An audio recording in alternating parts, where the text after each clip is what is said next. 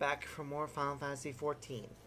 I know we're starting later than usual, but not only did I end up having a nap after I got home from work, but I ended up having a few things I needed to do when I woke up. But I'm not going to delay having a stream. It's probably only going to be a short one, though.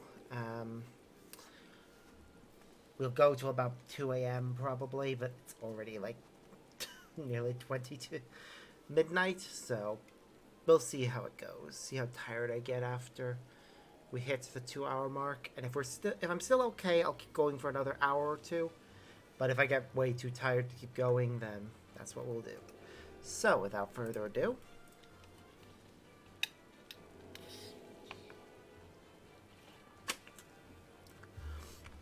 let's get back to the game.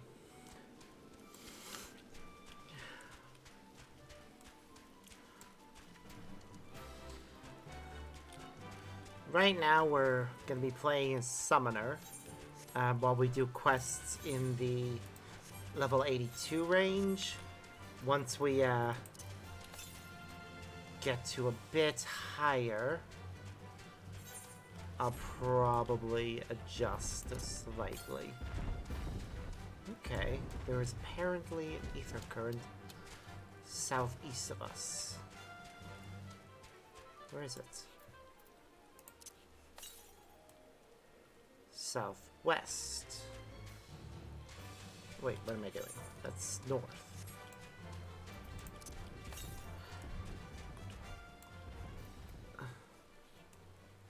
Southwest. That's this way. West. Straight west. Northwest. Okay, it must be around here somewhere. Oh, there it is. I see it. Just collecting these as we go so we can hopefully fly by the time we leave this area. Also, must remember to have my companion ready.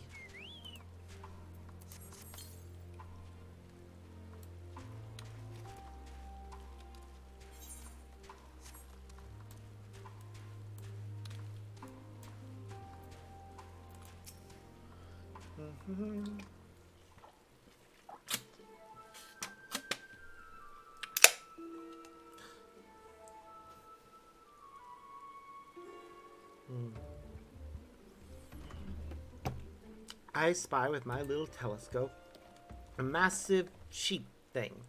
Maybe it's a cow. Not what we're after either way. Is that an ether current? Ah, no, just a wind sprite. Other than that, it's all snow, snow, snow. But lo, what do I see over you, Hillock? There's no mistaking it. That's a girl.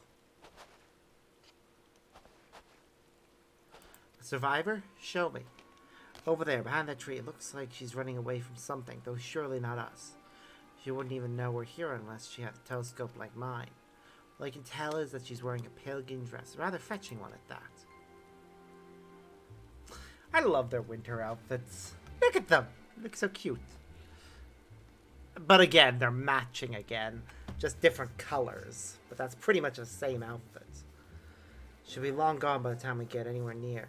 We should be able to follow her footprints.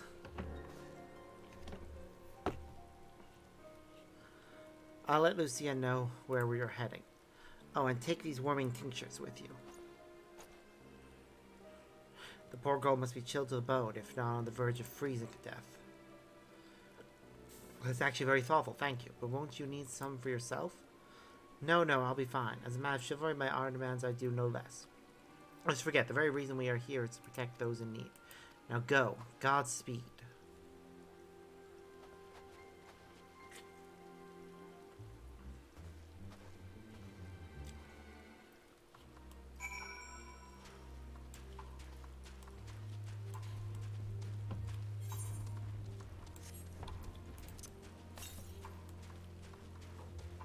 Alright, there's another to the northeast. We'll get that later.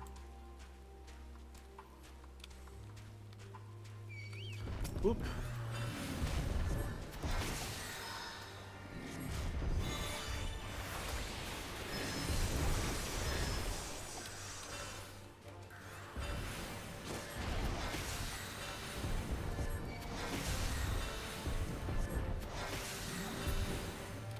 Aha. Alright.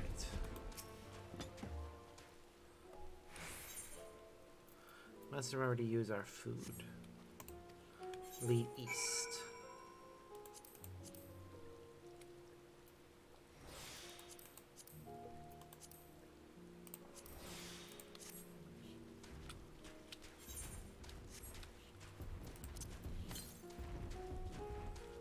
Straight north at this point for that.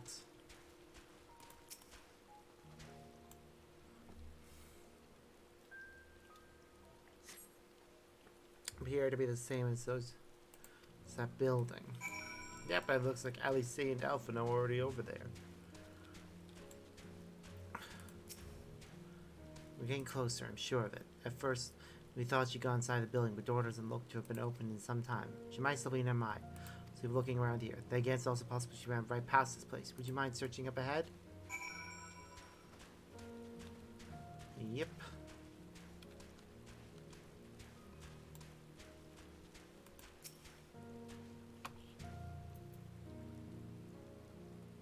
Survey, survey. I get a feeling like a cutscene might play here. Yep.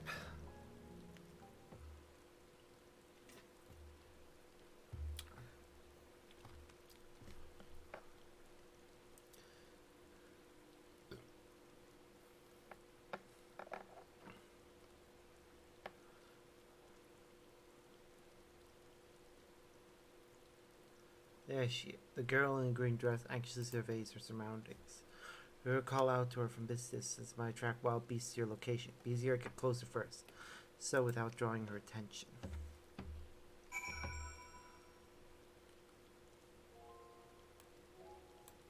Follow the girl from safe difference. The objective will end in failure if you are noticed. Make sure you're covered such as rocks to approach her without being seen. Also end in failure if you fall too far behind.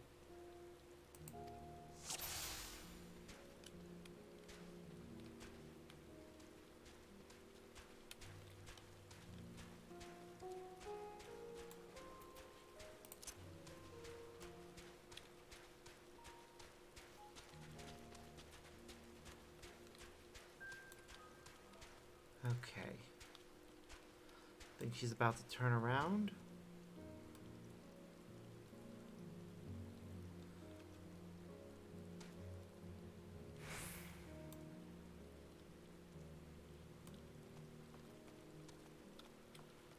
Hopefully she takes a path that avoids monsters.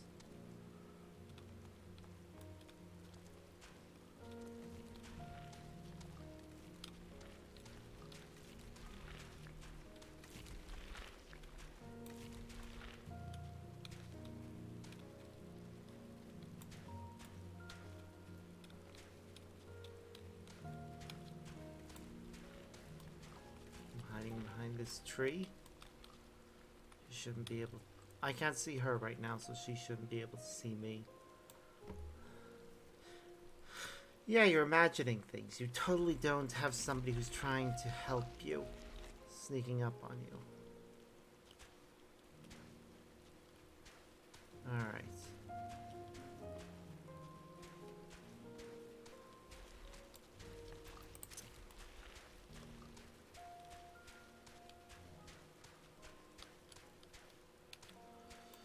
Here should be good. Yep. Tailing missions. I can't believe they actually incorporated these into the game. Tailing missions are one of my least favorites to do, alongside escort missions, because they require a certain degree of stealth, and I have always been bad with stealth. It's a good thing she doesn't notice my chocobo.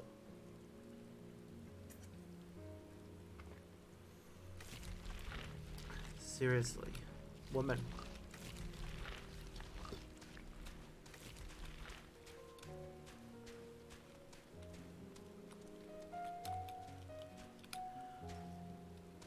Okay, we're fine. It's at the final spurt.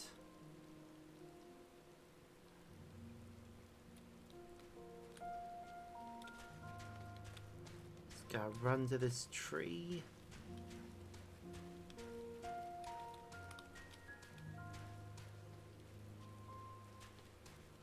Then to that rock.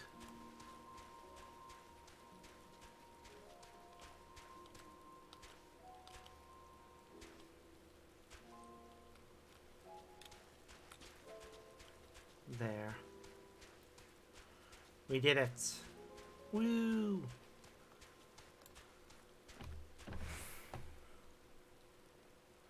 Still in one piece.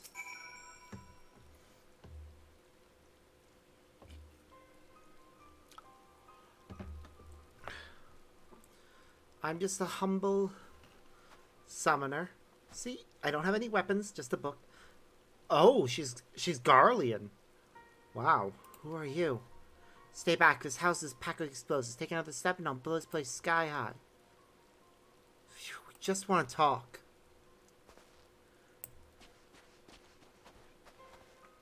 I'm Alphino. This is my sister Alice and our good friend Sparks.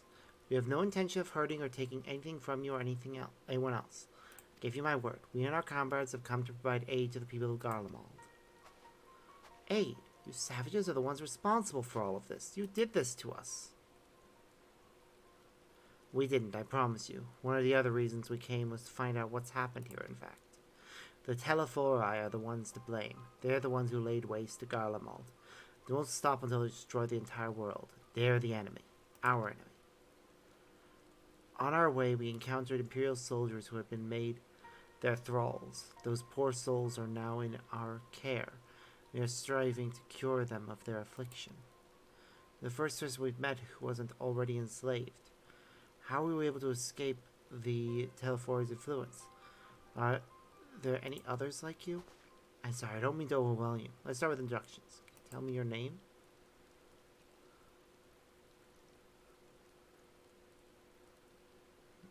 My name's Lycinia, and as for how I've managed to stay sane, I ask myself the same question.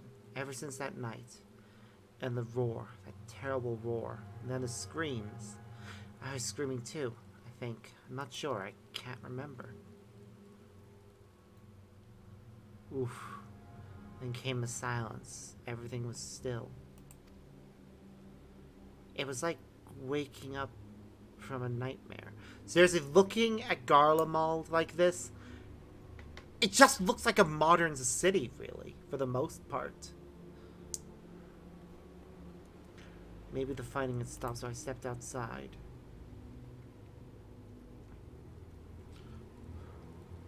If your hells are real, I saw one that day. I ran past friends, people I'd known all my life, eyes vacant, dead, staring at the sky. Others were mad and violent. I saw them struggle with soldiers. But didn't stay to watch. I fled as far as my legs would take me.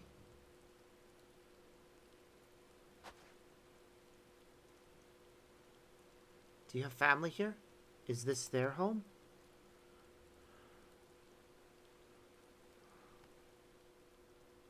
No. This is Victor's spoils. A mansion for retired soldiers. Or it was. But now me and a few others are. I'm borrowing it. As for explosives, I was making that up. I just wanted to keep everyone else safe. I didn't know if you were... The truth is, our supplies are running low. You said you're here to help. Can you? Of course. Whatever assistance we can provide, we will. Thank you. I better tell the others first, though. Wait here.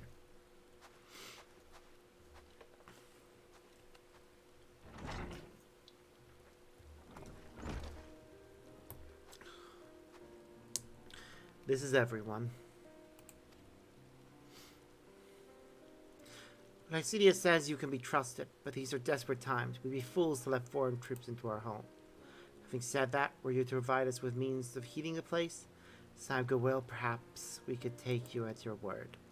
If that is too much to ask, then leave us be. Time to put my firewood gathering skills to use. Could you provide the spark with a little magic, Alice? We'll have a fire burning in no time. Can you build it under that gazebo? Oh, you mean the bower? Yes, do as you will.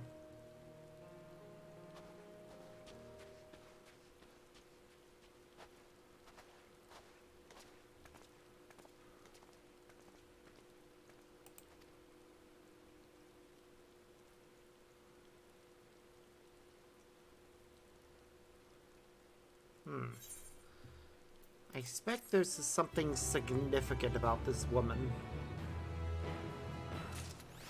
She's not just some random Garlean.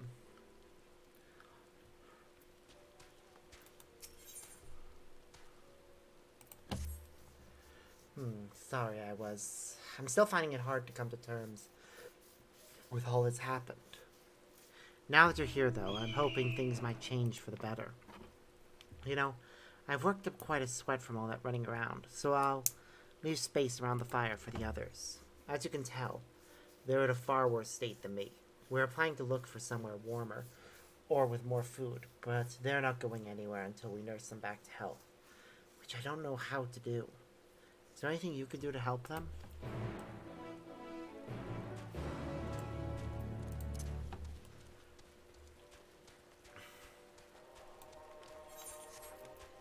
Just gonna check something. Southwest. Okay. I'll keep that in mind. I can treat their frostbite and their wounds, but it'll take time for the fire to do its work. Now will be a good occasion to make use of the tinctures, the ones that can warm the body from the inside out. Would you make sure everyone gets one?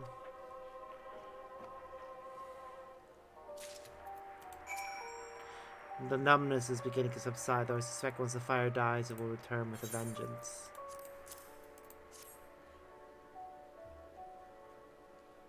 Warming tincture? I've never heard of such a thing. No harm in trying. Have you heard all of the city? Though calling it that seems absurd after what's happened. It's nothing but ruins now. The few buildings still standing offer no more than meager protection from wind and snow. Food production, waterification, the magitech that sustains us has come to a grinding halt. What machine that remains operational cannot be run for lack of ceruleum. Of course, cerulean ingus is full of stuff for all the good it does us. No one here knows the first thing about extraction or refinement. All is well, yes, never better.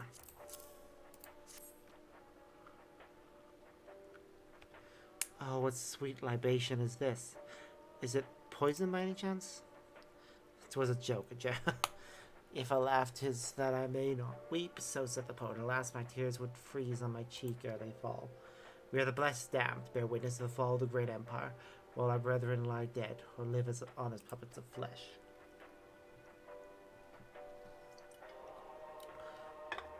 First came the war, then came the roar. When morning came, Garlemald was no more. In a cacophony of gunfire, explosion, and screams was our beloved capital razed to the ground. From a rural rose the beshelved remnants, the lavish finery caked in ash as they shuffled mindlessly towards the palace. Well, at least one poet survived, each bearing a fragment of stone or metal, an offering perhaps of the architect of our destruction. Hopeful few tried to reason with the deranged, only to be beaten for their kindness. I knew better than to plead with the horde. I fled with my health, if not my conscience preserved. Now I wait, fellow cowards, for our final judgment. What do I want to give you this? Tincture. May as well drink it, I suppose.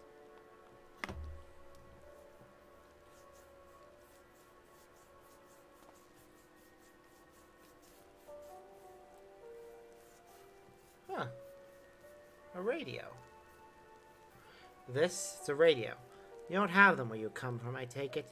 We use them to listen to messages sent by others, even over great distances. There are different types, but this model is by far the most popular. Made with quality components casted with the finest ore. Sourced from Locus Amulinus, it is. Not all that useful since the cabinet fell into ruin. People at the broadcasting station must have either fled or ended up like all the others. So all I've been hearing is the same music being played over and over again. Home beyond the horizon. An ode to the brave men and women sent to reclaim our ancestral homeland of Locus Amulianus. We may have founded an empire in these frozen wastes, but we always hope to take back what was once ours. It's a solemn reminder that though we must suffer great hardship, better days will surely come. It is a nice song. Despite everything, I believe that Emperor Varus yet lives, and that he speaks to us through our radios. Cunning strategy, faking his murder. Must have foreseen this catastrophe and chosen to conceal himself, that he may one day make his triumphant return. Sure, Emperor Varus would not be defeated so easily. He was defeated by his own son. So, at least, I think he was. It's been a while, so I don't remember that little bit that well. I'm pretty sure that is correct. What's that?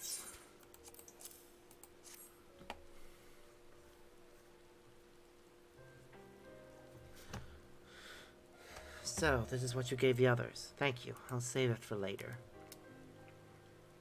Actually, I have a few things to ask you. Are you part of the group staying in Laturum? I saw Legatus Virgilia's troops headed towards the Magna Glaciers a few days ago. Are they the ones you encountered? Camp Broken Glass, you call it. And Virgilia and her men are all there now. So, how did you reach the Magna Glaciers? Did you cross the mountains on foot?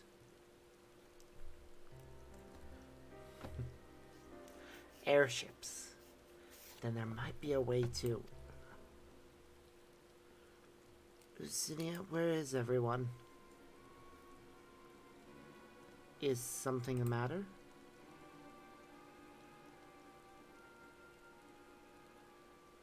A voice from inside you say, you must be imagining. Everyone's out here. It's the baby on the... He has found its way into the house. Give me the first time. Well, the soldiers scare them off. All the animals have been rowing closer to the settlements. Some have been known to attack people, too. I've just had an idea. If you and yours are strong enough to defeat the Legatus, then surely a few beasts shouldn't pose a threat. If you're a mind to continue helping us, we could you head to the other side of the lake. There's a group of tappers living there, people whose job was to sex Rillium. They still do, from what we can tell. I've already tried asking if they would share their fuel with us. I'm not willing to give it away. They want food in exchange, lots of food, and that's something we don't have, and can't get on our own. On top of that, to even reach their den, I have to make our way past all those creatures. Are you willing to go in our place? We only need enough ceruleum to last until the others are strong enough to travel to your camp. If the offer still stands, it is. And I don't expect you to give up your own supplies. Might be another way to pay the tappers.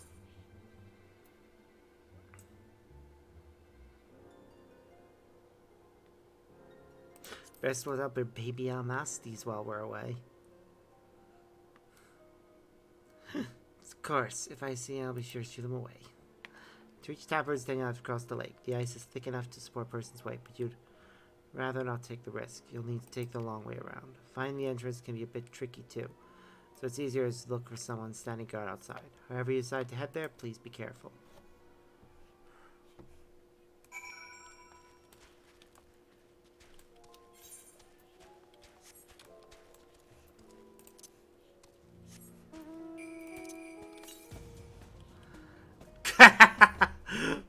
I'm a snowman in the frozen north, doing my snowman thing.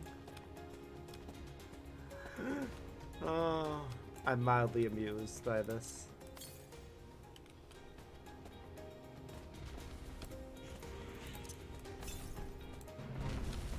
Oops, I wandered into a fate I have no interest in being part of right now.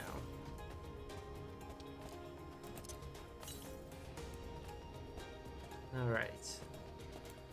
150 something yards to the southwest now.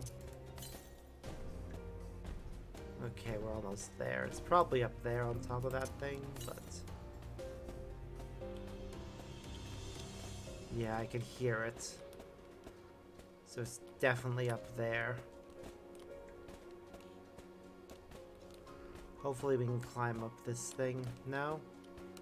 Do we have to go from the other way? We definitely have to get up there on top of this thing. I can tell that much.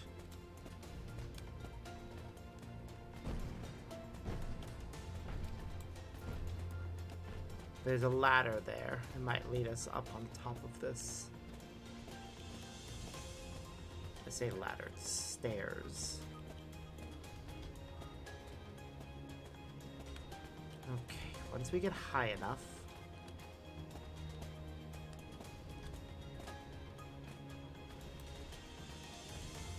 There we go. I definitely heard it anyways.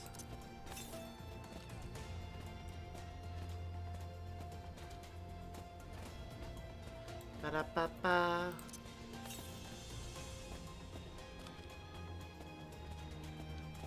Ba-da-ba-da-ba-da-ba-da-ba-ba-ba-ba-ba.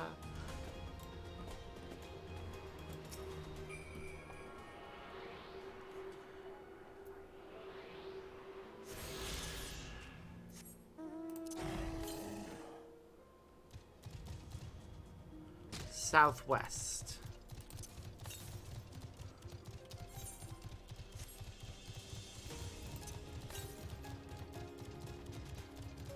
West.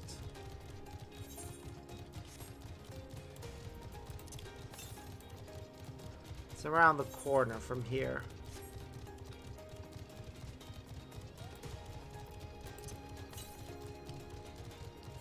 Southwest. There it is, I see it.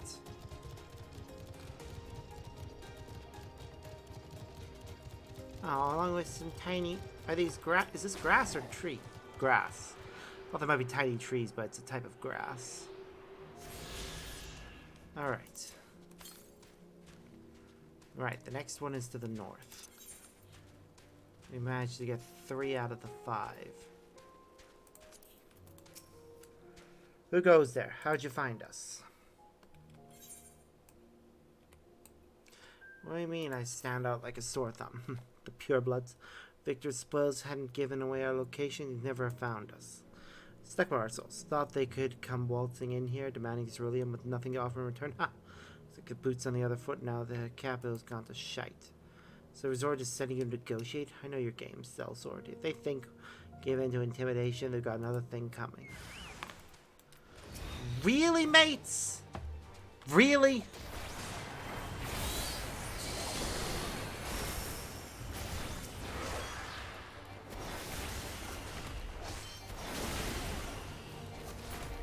Sorry, I wanted to make a point to them about how stupid it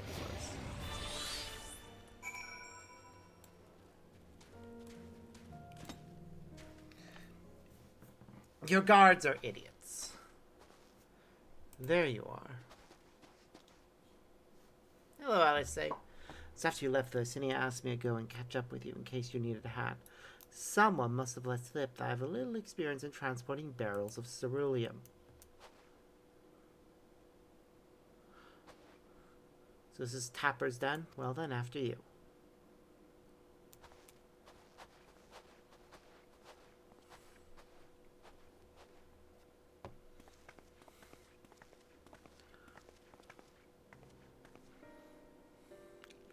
Who are you? What happened to the guards? Had to knock them out. Sorry. The Orzians and rebels here to save the people of Garlemald? Doesn't make any goddamn sense. Why in the hells would you pass up this chance to put those Imperial bastards to the sword? Let me guess, none of you are Garlean. You were brought here from other lands? Garabania, Yanxia, Balzja, Dalmasca, to name but a few. Some dragged here against our wills, others fed bollocks about a better life, all put to work extracting ceruleum. All given the esteemed title of An, placing us firmly on the bottom rung of the ladder. The old hierarchy needs nothing in a new Garlemald, says we. Well, the only thing that's escaped more or less unscathed is Cerulia Ingus, still sustaining us, even with our paymasters out of the picture. We hear you're experts in drawing up ceruleum from the bottom of the lake. But how can you do that if it's frozen over? Wouldn't you like to know? Trade secret, I'm afraid. Anyway, it's not as if ceruleum is used for much these days, what with the city in ruins. We take enough to power our heaters and save a surplus for later. Though it helps stay off the cold, it does sod all about our hunger unless we can trade it away.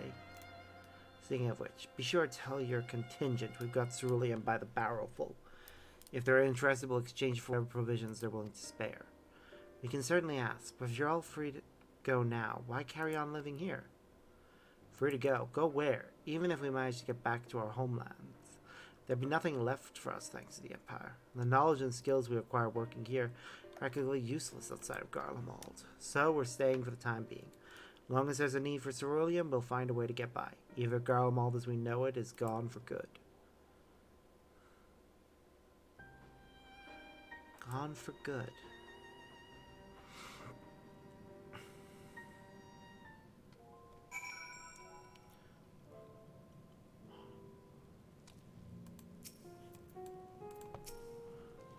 Regardless of what the Ilsabard contingent does to the people of Garlemald, the Empire itself is already a thing of the past. For many, that would be a cause for celebration, while for others, their whole way of life will have been turned upside down.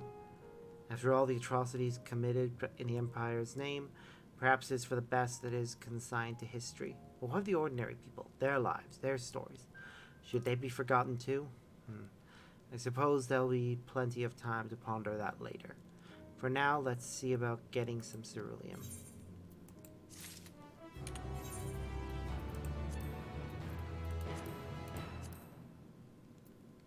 Ooh, hello.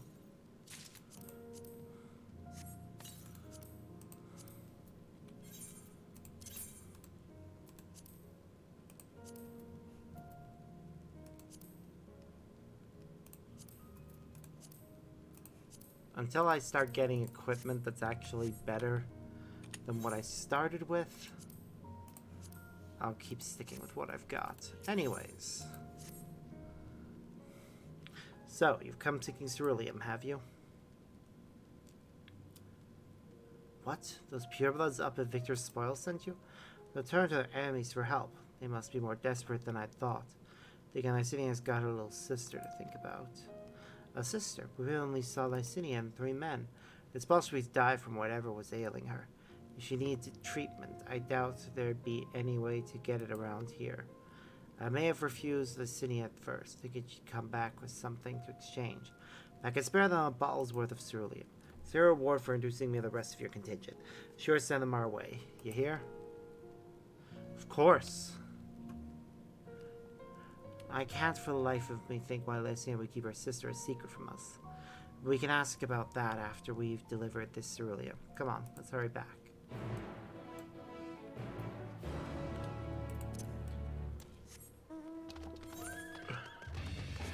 Nope. Okay, I need to do something about this. Character, mount guide.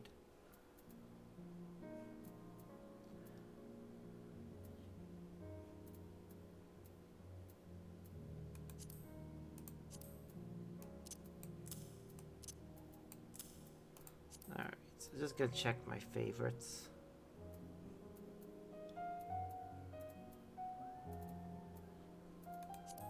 I don't know why that's not in my favorites. I know why that one isn't. I don't feel like having multiple chocobos, but the fat chocobo's fine. Anyways. And we get Midgard Summer. Okay, we'll go over to that quest location and continue that. And we'll clear that other thing later.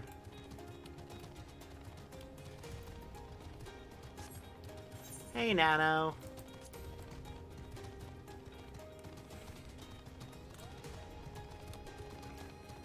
We're playing FF14 today because I planned to play it on Saturdays, but obviously I was busy over the weekend, so we're continuing with this. Tomorrow I'm likely going to get back to Kingdom Hearts with me actually doing a redo of Part 1. Yay!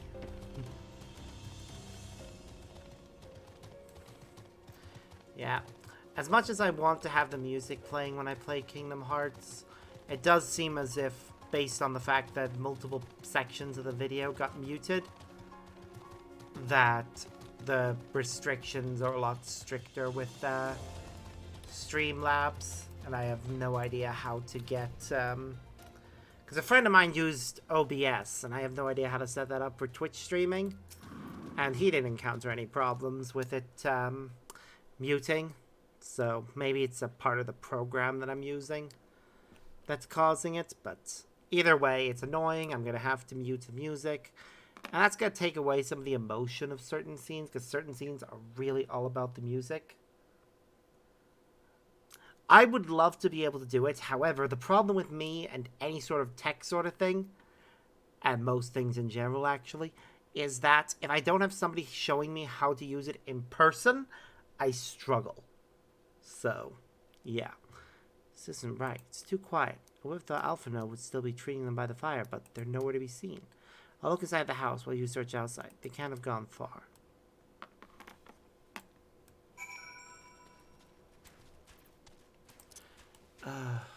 What did they do to Alpha now?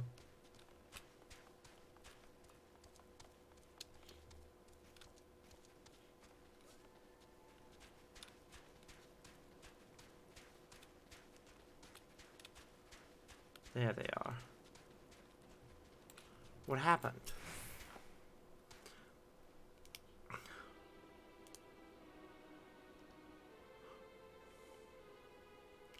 They asked me to help carry supplies. When I followed them back here, they attacked me, caught me off guard, forced me to defend myself. I fear they fared rather worse than me. Can't fool us. We know what you're about. Vulture, is that what you are? Waiting in the wings for us to show weakness? Then in you swoop. Here to help. What rot? All a ploy to make us lower our guard. Let you in, put ourselves at your mercy, put us in chains, steal our lands, get your revenge. You're wrong. It's not what any of us want. Save the arguments for later. We've got bigger problems. I found empty medicine balls and a bed that was still warm. It's true, Lancia was hiding her sick sister inside the house. But now there's no sign of either of them. Where are they? Where did they go? Away from you and yours. If you think I'll tell you, you're a fool. I'd never give up my people. We're trying to help them, you idiot! Her sister's ill. Everywhere. So you let them go alone. Protect them from you.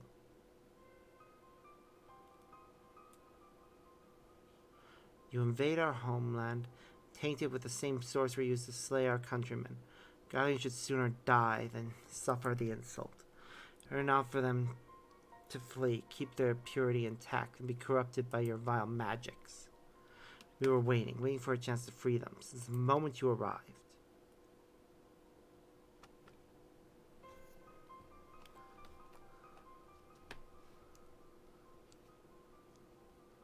This is getting us nowhere.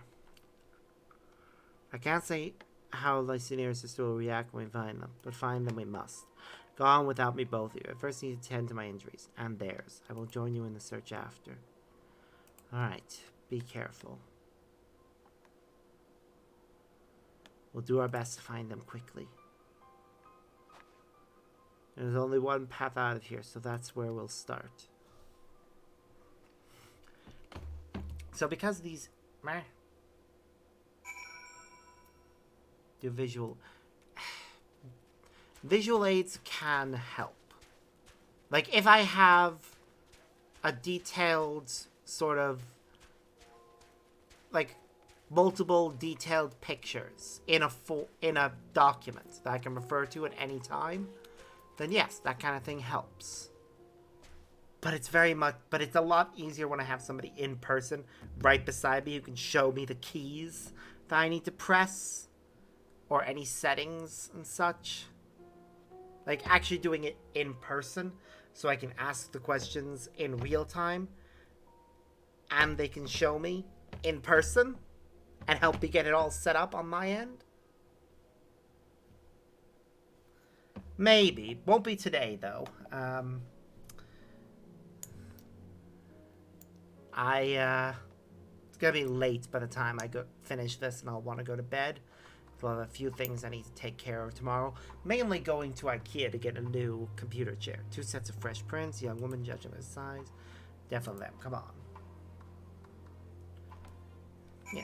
I mean, if you want to take some time and make some sort of like...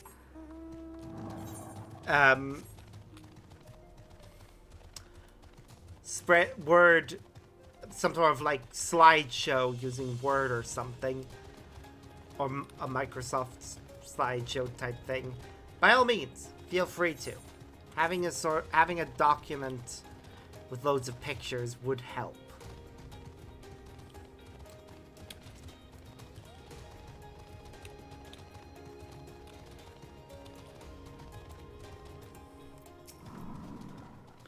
The trail stops at the frozen lake. Perhaps they chose this route so as not to leave footprints.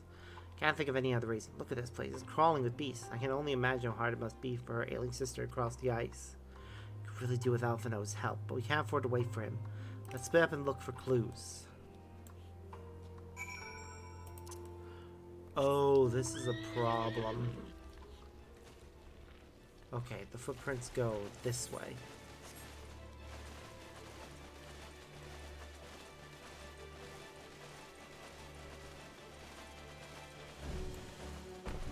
There.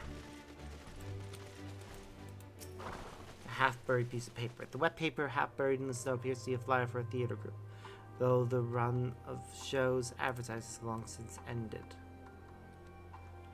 That does not help me.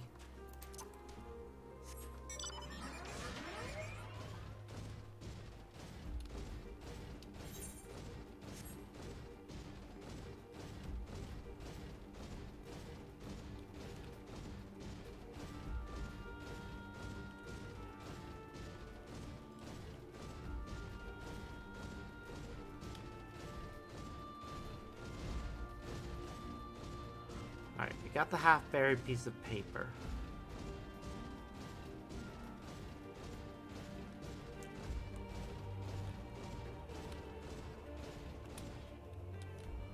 Maybe they circled back.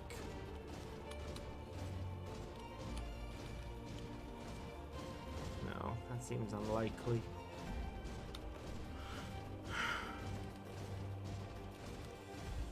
This is gonna be annoying.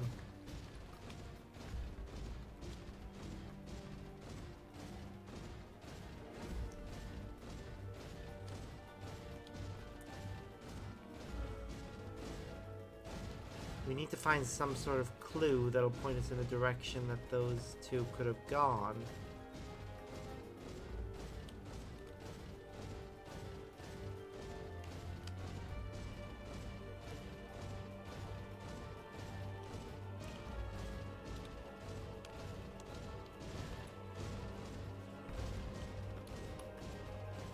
There, I see something. I'll deal with that later. Cool. I'll check them in a moment. Okay, that monster's turning away. Smells faintly of alcohol. The thin coating of dirt indicates it has been here for some time and is unlikely to have any connection. Really? Why even have the fake clues? They just waste time. I'm not in a safe area right now, so I can't check my messages without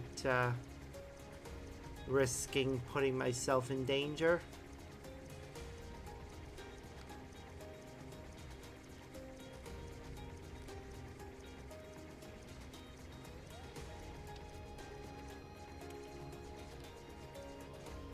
So I'll check them when I next am in a safe spot.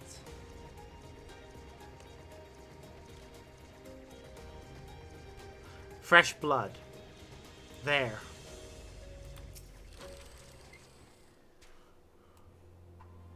Judging from the thing, the person was standing right here where we're standing. Seeing the snow appears to be fresh. Judging by the amount, the victim may have been severely wounded. It leads southeastward.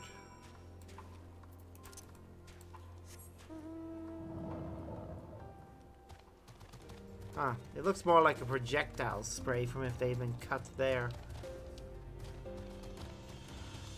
My mount is faster than walking, and unfortunately, when you're in new areas, your mount is automatically slower.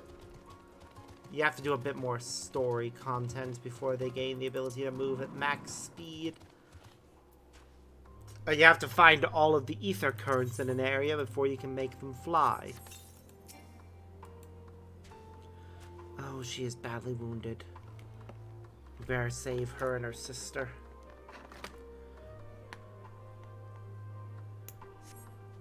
The two bodies are already cold. They better not be dead.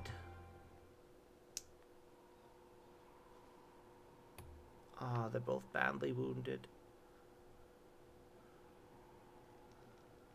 Ah, looks like they might already be dead.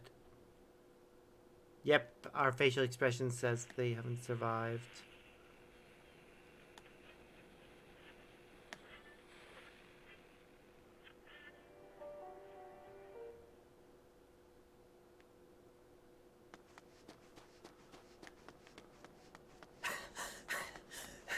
Oh, this is one with talking.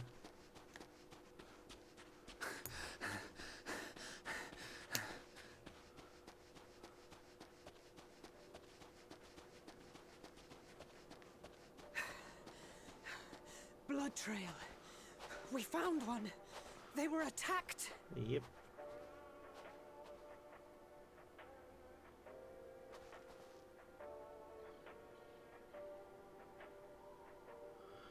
Damn it. No.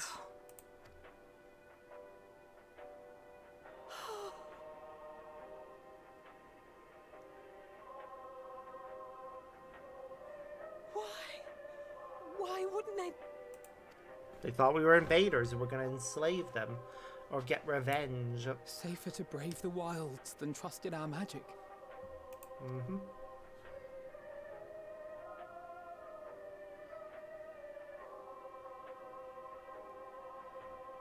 We should have.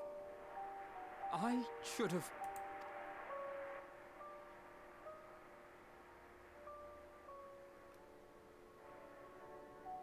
We can't leave them like this. We have to take them home. Mm-hmm.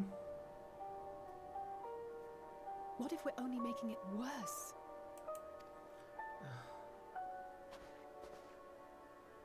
Maybe we don't belong here, but neither do they. Not out here in the wind and the cold. Yep. Agreed.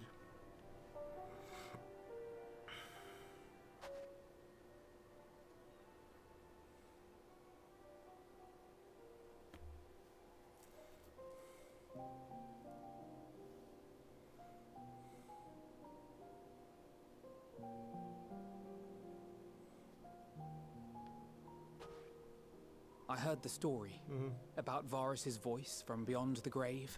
Yep. Of course, I didn't believe it. But Licinia and her sister did. Perhaps there is something to the tale after all.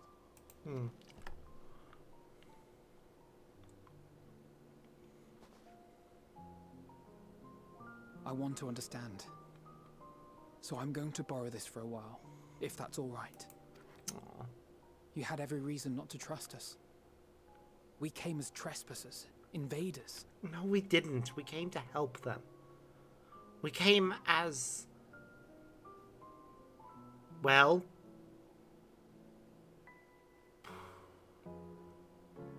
what would be the right term for this? But I pray that in time, Well, we will be more than that. something anyways. That we will find a way to help your loved ones. And see that no more children are left to freeze alone in the snow. Yeah.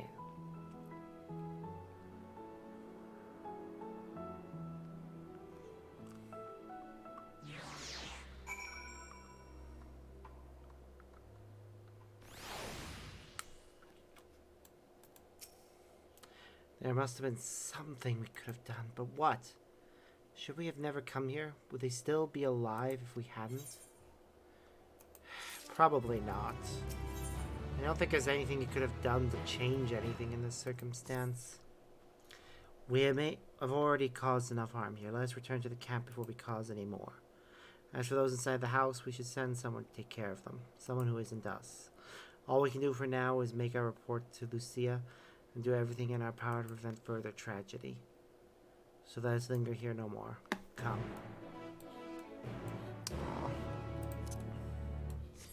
Yeah, it is unfortunate that things have turned out the way they have.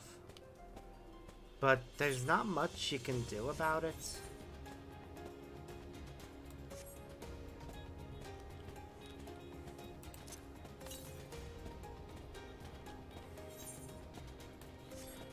The world is often a very harsh place. And no matter how much you may try to make it better, sometimes you just can't. And people suffer for that.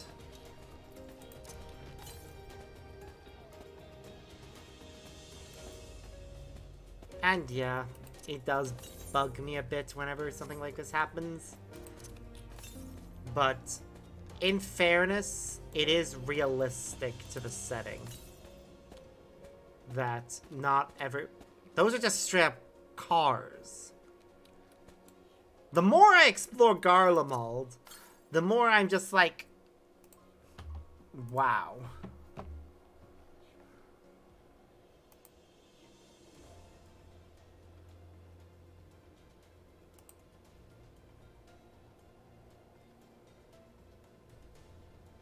Okay. Just want to send a message to someone quickly. Let's see. Where are you? Wow. Have I not... It's been a while since I've messaged him on this.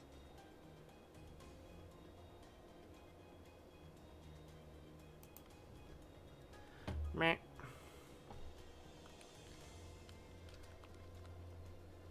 So... I'm not gonna send that on Discord, actually. I'll see if I can do things.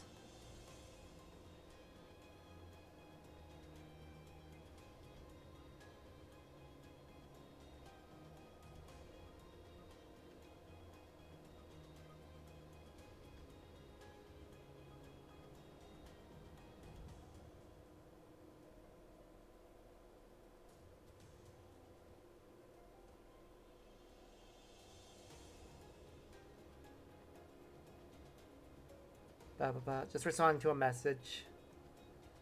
So...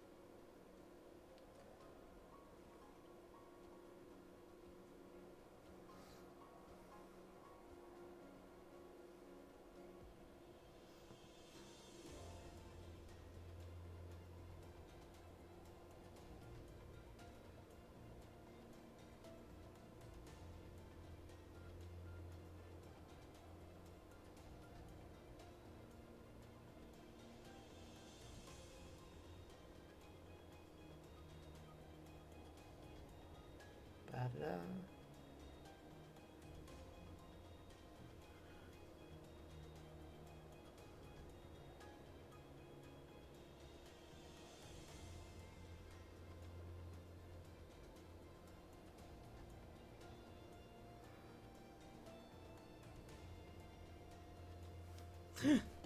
Yeah, it is kind of weird that there are just cars here.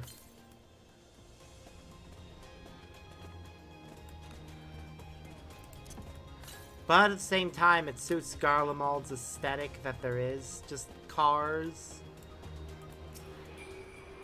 Nothing about this place doesn't still scream. I guess it's kind of always been the point of Garlemald, is they're more technologically advanced than anywhere else. So they end up just having buildings that look like modern buildings. And other things that just look like modern day. And then, of course, because of the villains, there's that horrifying monstrosity in the distance. Oh, that is something from a previous game. Oh, this is just delightful. Oh, I'm riding my T-Rex. Nice. It's very unlikely we'll be able to get anywhere near the next ones, but I am gonna try making my way over to that.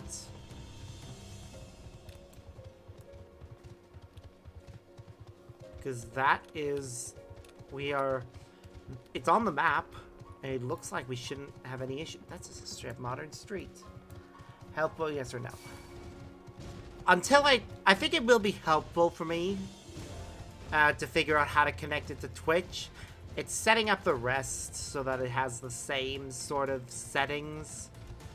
I don't know how I'm going to get the background that I use the same by transferring that over. Including the starting and ending parts. Oh wait, I could just copy them, save them into my computer, and then... I'm sure I'll figure it out.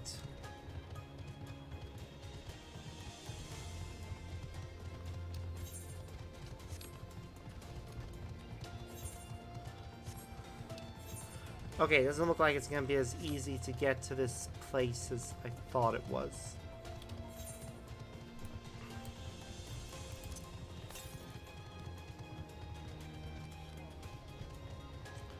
We'll try going to the north, though. Oh, shit. We got near an automated slasher. Keep going north.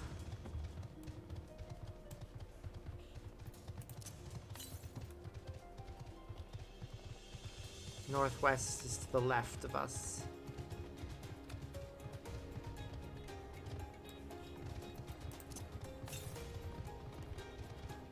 I see it.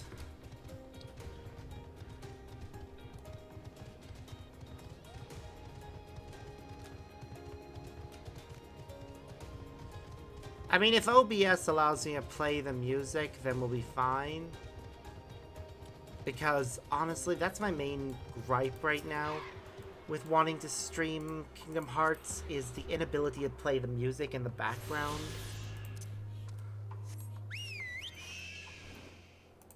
I don't want to keep replaying the same bits over and over again, just test whether or not it works. Yes, I know I can do that, technically, but it'll get boring and repetitive for you guys.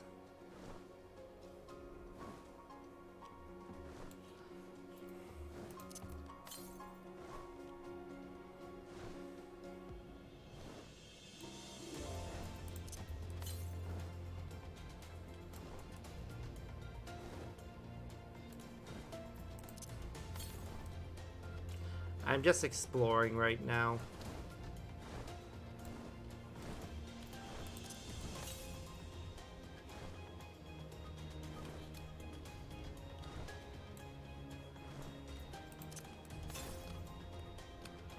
There doesn't seem to be anything stopping me from going and trying to find all the remaining things. Like, goddamn, this place is sad. We're just flying through ruins right now. These were people's homes, and now they're nothing.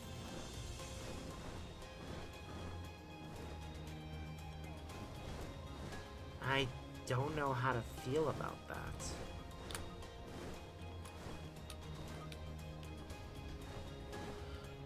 Like, these were Garleans. The people that wanted to conquer the rest of the world, and who have a deep disdain for any sort of magic, to the point that their people die because they'd rather die than let somebody use magic to help them.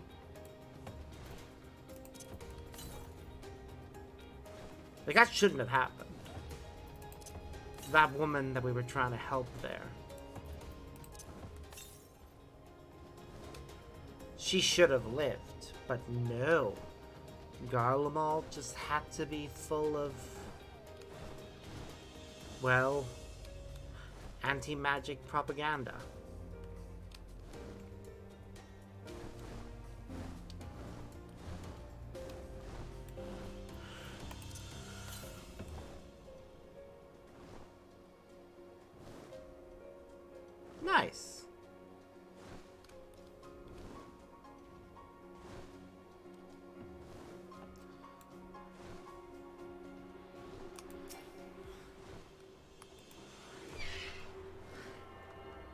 looking over that system, I don't think there's anything about it that's really worth it for me. Either spending money on myself or allowing somebody to gift me it. Wow, we nearly have all of them already. We only need to find 3 more. I don't know how to feel about the fact that we're already gonna be able to get all the currents in this area. I mean, that's not a bad thing.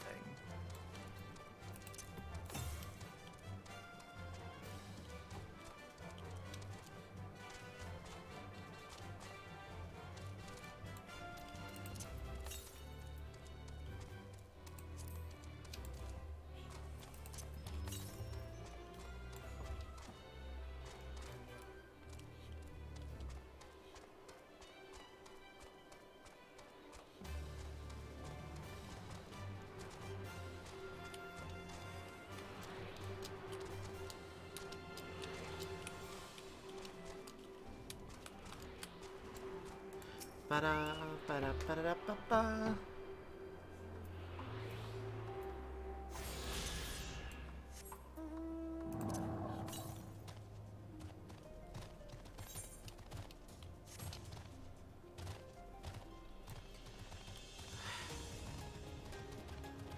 My God. Seeing how this place is, I can sort of imagine what it used to be like. And that just makes how it is right now even sadder.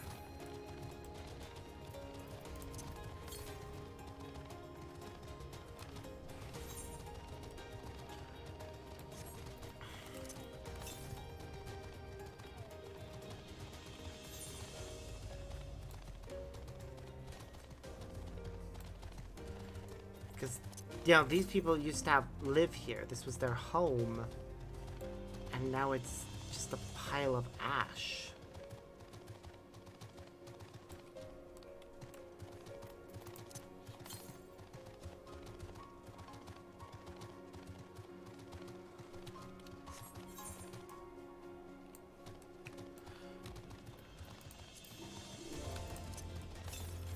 I'll fly over certain areas later when we gain the ability to fly.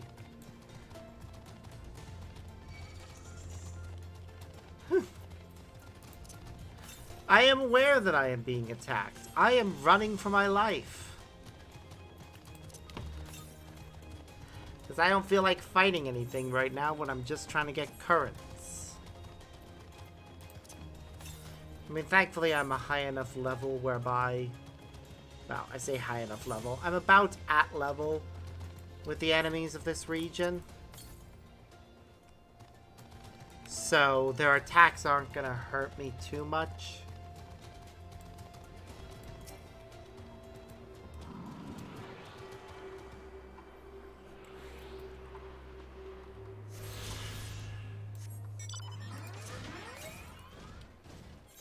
Alright, how many are left? Whoa, just the one? Really? Wow.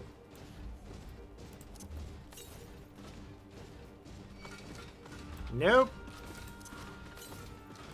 You can't catch me. Even if my mount isn't as fast as I would like, it's still faster than these enemies.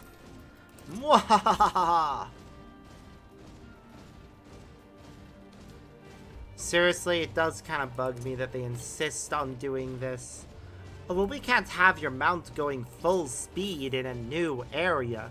You've got to do a bunch of quests first before you can do that. Like, why? Also, it's interesting that the road runs over the rails. Usually it's the other way around.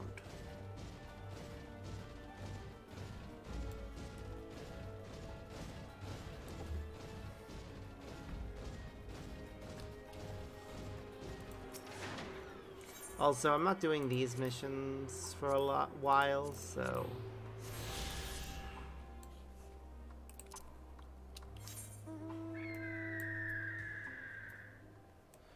any other missions around here? Aside from, you know, these ones?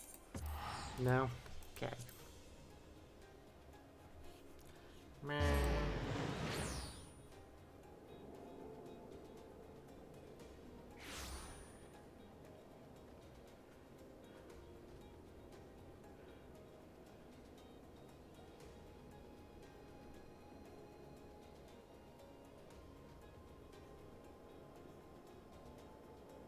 Meh.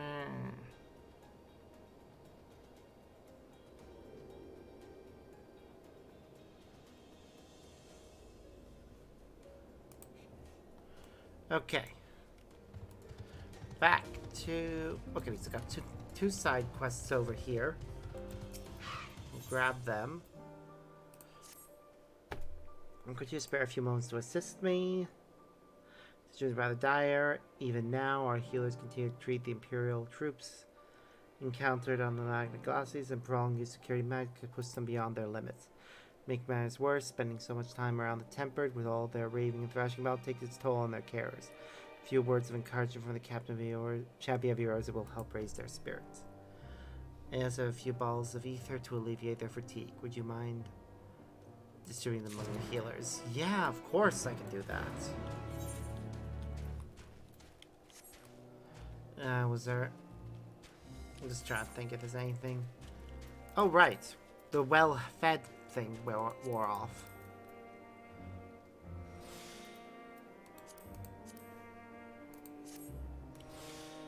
Always a good idea to make sure you've got as much that you've got food. I beg your pardon, but I hear you're a man of the world.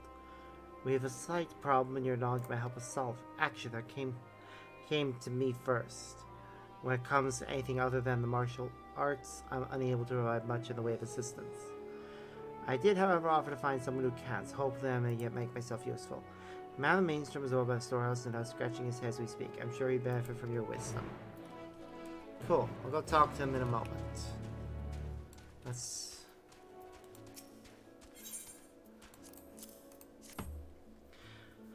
Oh, I've seen you before. You fought bravely at the Nadam, as I recall, and you come bearing gifts? Yeah. Yes, treating the Temper is a lot harder than I imagined. When we came here, I'd only heard rumors of the condition, but to see it with my own eyes, no one deserves that. No one. That's why the work we do is so important. Once I have finished resting, as I was ordered, I shall return to the patients. Thank you for your kindness. Hey there. Have another one.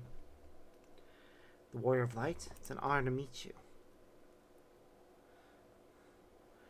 Oh, I'm just doing my job is all. No need to thank me. Well, truth be told, it's beginning to wear on me bit by bit. We once lost a friend to tempering, and every time we managed to cure one of the afflicted, many of those we couldn't save. If only we'd had a way to treat them before they were. No, I mustn't let such thoughts cloud my mind.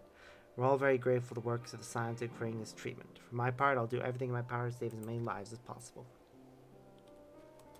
It is good that we were able to develop the cure. It was not easy, of course. Oh, the person's just outside. Thought they were inside. It looked like they were inside from the map, but it's hard to tell sometimes.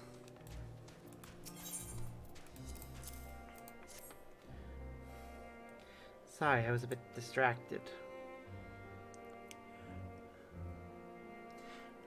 You wouldn't believe some of the things I've seen. Those poor bastards. Calling out to Varys for salvation. Rolling out anthems praising the Empire. And then there's the screaming. God, I can still hear them.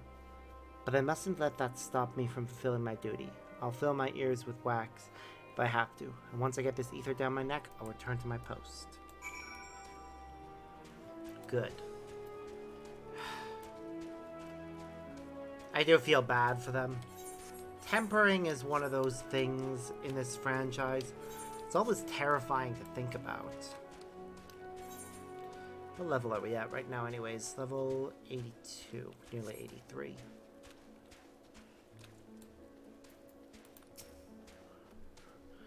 You finished your rounds then. Did the healers have anything to share? It's worse than I thought. Even the tempered we'd seen in our homelands did little to prepare us for the sheer numbers we've encountered here. Killing them all may appear to be an insurmountable task, but we must try. That's why maintaining morale, well-being of our heroes is so important. You made a valuable contribution. I'd like you to have this by way of thanks. We got food. Food that will be eaten later. Hello. I was told somebody come to help, but I've never thought it would be you. Well, now that you're here, I'd like you to take a look at this container we recovered from the Magna Glacies. It was one of several, in fact, and we thought we'd succeeded in cracking the others open. This stubborn bugger refuses to yield. All I know is a 4-layer password is needed to unlock it. What that might be, I haven't the foggiest idea.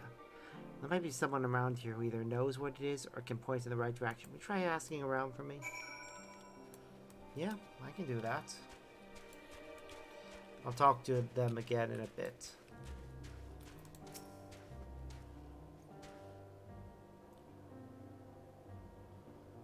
Sorry, I don't know the exact code, but given the container belonged to the 3rd Legion, perhaps the password has some sort of significance to them. That is a good point. Something significant to the 3rd Legion. Gaius? Wasn't Gaius part of the 3rd Legion? No, he was the 1st Legion, wasn't he? No. No, Gaius wouldn't fit either, because that's 5 letters. I understand it's common for people to choose dates and so forth of special importance as their password.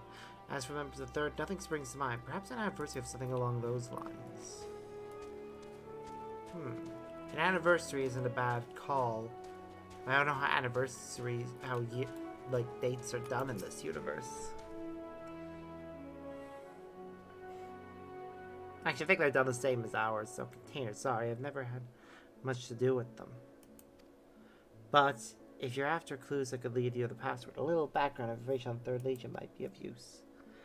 It was formed in the first year of Emperor Saul's reign and spent the first few decades engaged in campaigns across the Northern Territories. In the 42nd year, for its exemplary service to the Empire, it was assigned a new role: the protection of the capital, a far more prestigious position.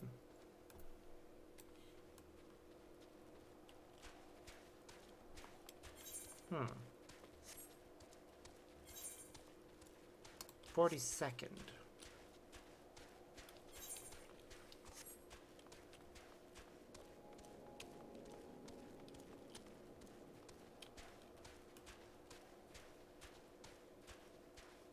Three 142, maybe?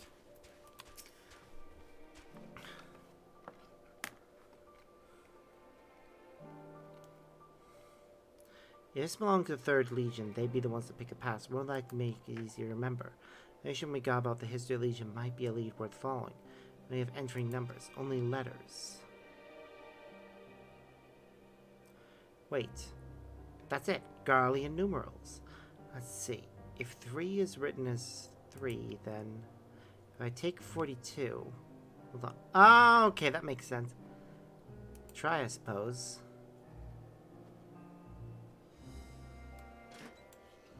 It worked. Now inspect our treasure. What the hell is this? A flag? Why would they bother keeping a thing like this locked away?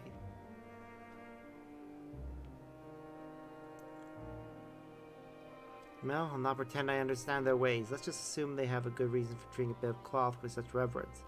Best to leave it here undisturbed, as I've no intention of offending anyone. Could I ask you to pass on word of what we found? Oh, and thanks for your help. I wouldn't have thought of Roman numerals as the answer there.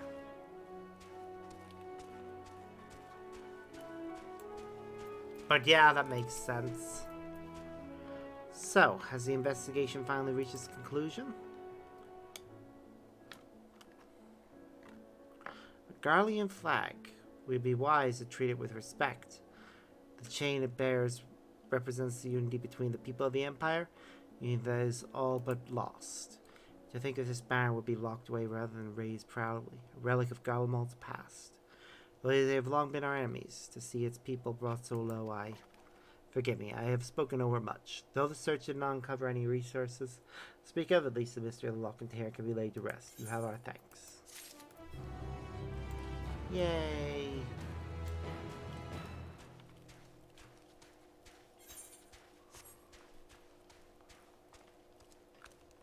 Lucia. Hi. LSA and Alphino tell me they have finished their preliminary search for survivors.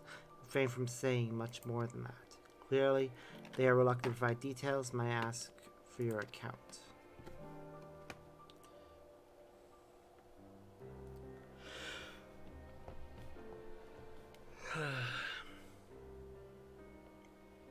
Thank you for your report.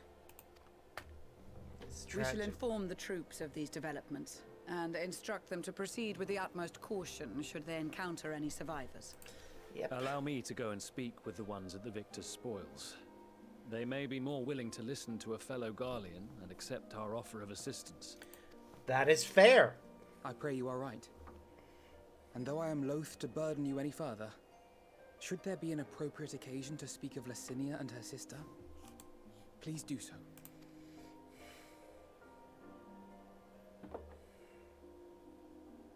I am sorry to have put you through this. Oh. My distress is nothing compared to their suffering. Yep. So tell me, what else have we learned?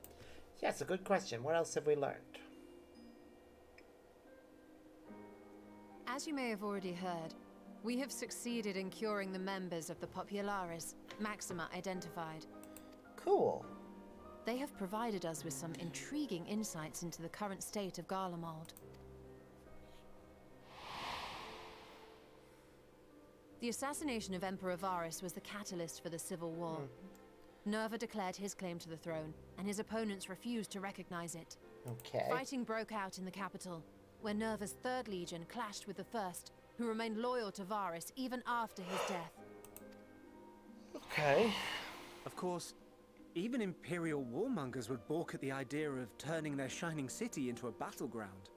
Like burning down the wood to spite the wasps. Neither side would be so mad. Yep. Unless something or someone inflamed their animosity to such an extent that they could not help but act against their better judgment. Yep.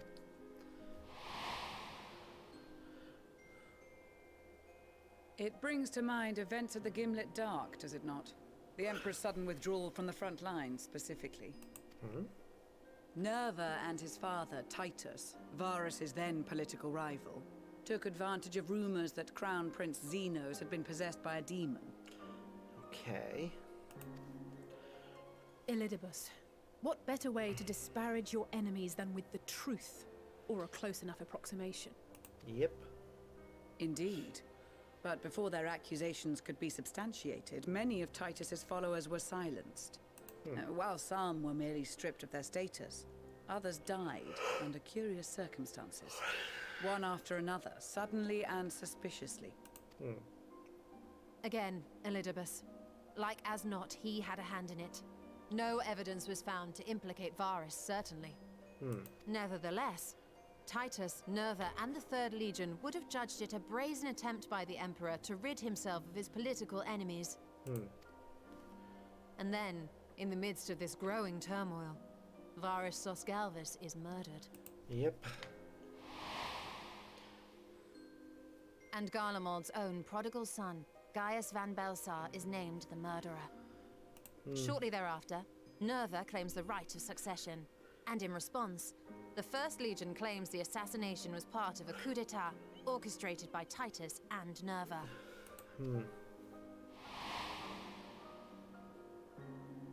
So no one is at Right, fault, it was the and son. everyone else is to blame.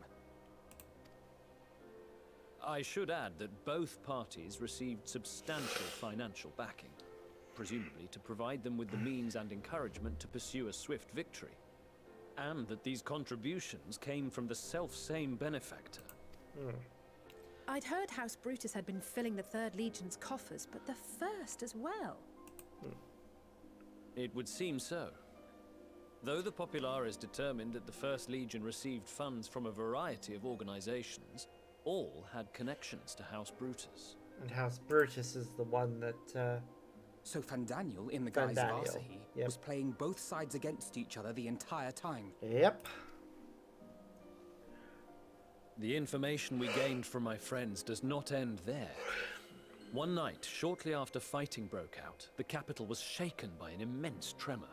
Okay. From that point onward, they have no memories, no recollection of any events, including our clash on the Magna Glaciers. That's when they were But when tempered. asked about the Imperial Palace and its bizarre transformation, they somehow recall Emperor Varys giving them orders in their dreams. Varys was turned into a primal. May the Tower of Babel stand as testament to the glory of Garlemald. Oh, wow. That is a big reference. The Tower of Babel was a location in a previous game. This sounds awfully familiar. Yep. We have something to show you all.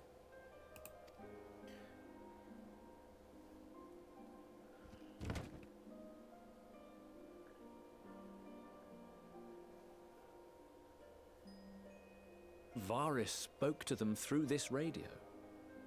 Perhaps it was a recording, but if not, that would be inexplicable. Yep.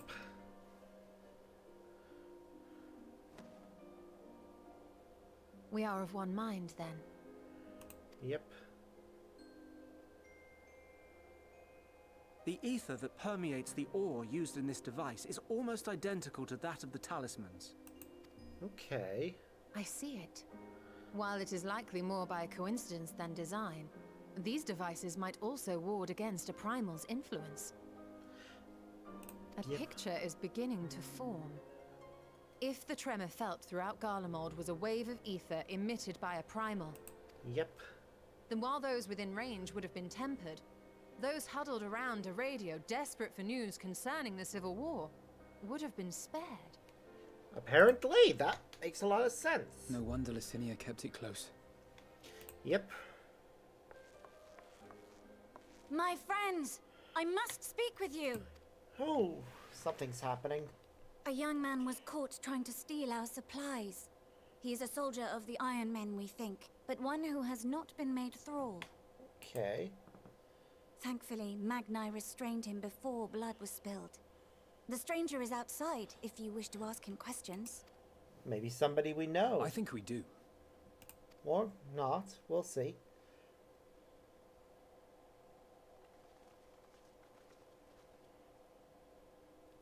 From the back. Who do we have here? Looks familiar. Garleans? Traitors to your homeland! Have you no shame?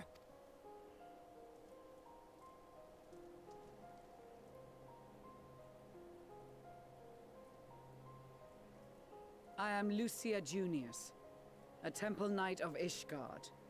And you are? Iulus Pier Norbanus. And that's all you invaders will get from me. We're not invaders! We are We are not liberators! here to invade Garlemald. Far from it.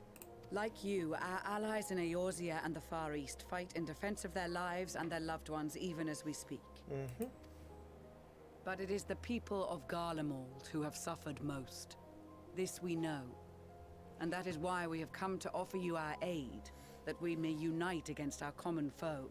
Exactly.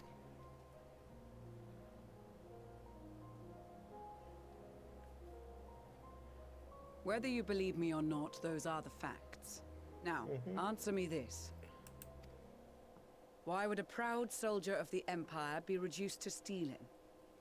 The situation must be dire indeed for you to go to such lengths. True. Like his outfit. If it is supplies you seek, we would gladly share ours, or turn a blind eye while you leave with your spoils. Wow. I will not negotiate. My commander will determine how to deal with you and yours. If you wish to treat with him, I will take you, but no more than 3. That's fair. I don't much like the sound of that. But if we do accept his proposal, I suggest the 2 of us and...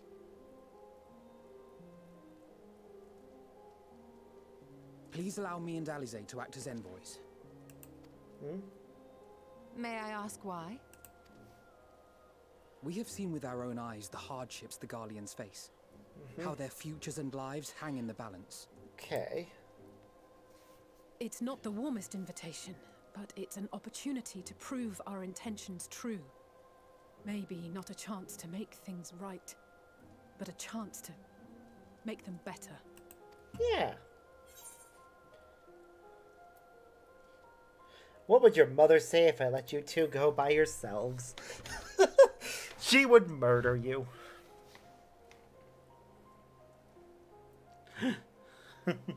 I can see that persuading you otherwise is a lost cause, but you will proceed with the utmost care. Mm-hmm.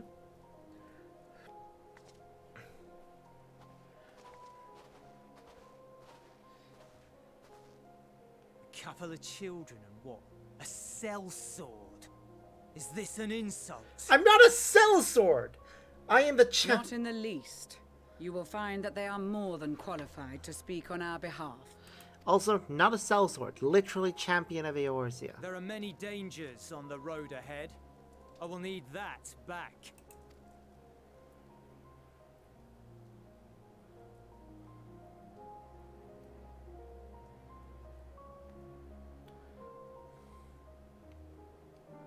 Ah, their camp must be where that other Aetheryte is. You'll be received as invited guests, and so I urge you to observe proper social etiquette and conduct yourself accordingly. Your safe return takes precedence above all else. Remember this. That incurred in particular will be worried sick if you're gone too long. May the Fury watch over and keep you.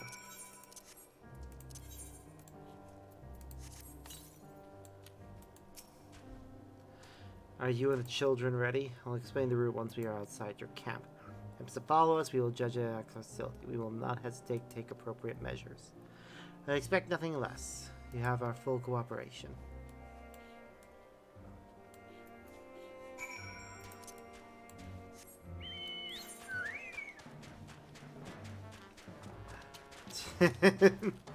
I do love the fat chocobo gets its own song.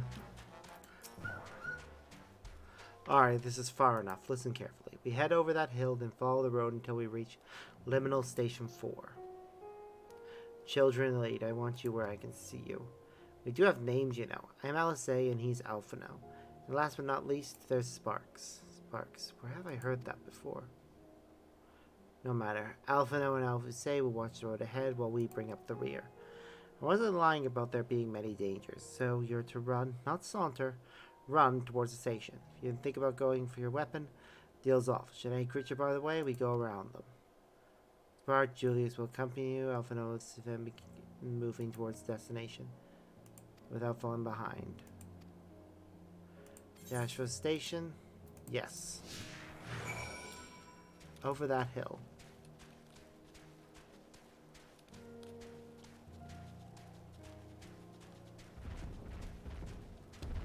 Follow them and they'll steer us away from any monsters, hopefully. Oh, they're taking us into a fate. It's fine.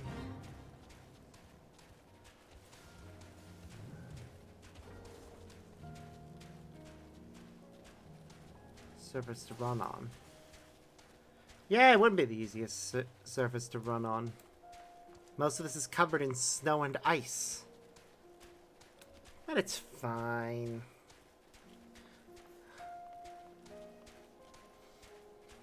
You better not draw attention.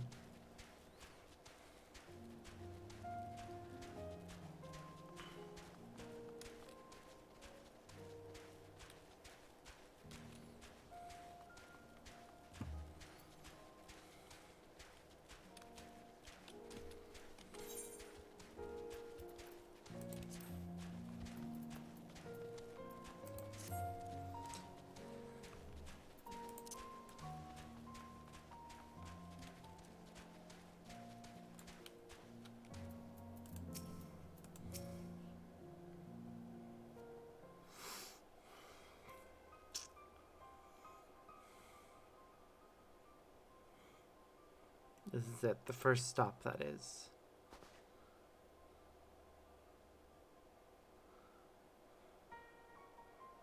Good, it looks like your friends knew better than to follow us. Are these your headquarters? No.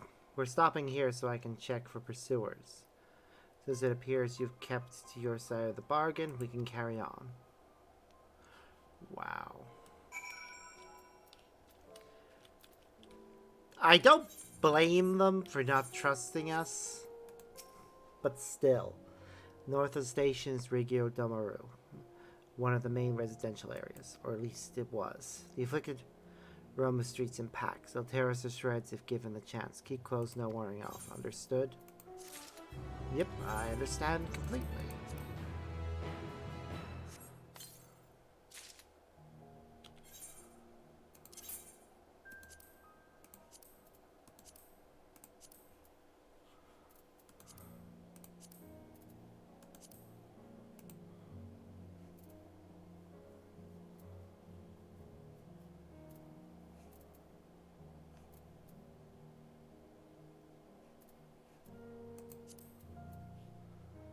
Huh.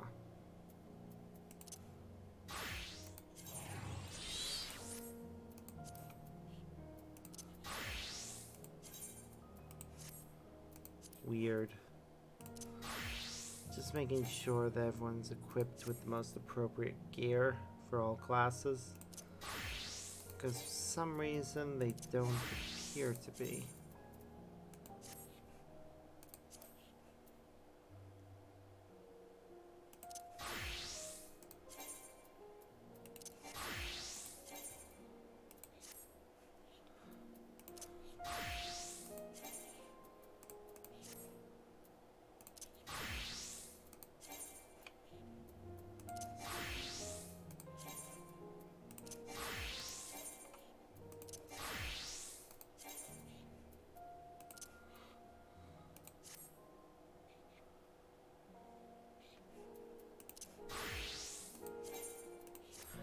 Okay, back to Summoner.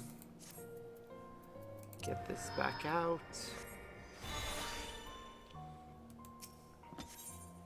Still level 82 quest. From here we'll be heading northeast, keeping to the left of the railway.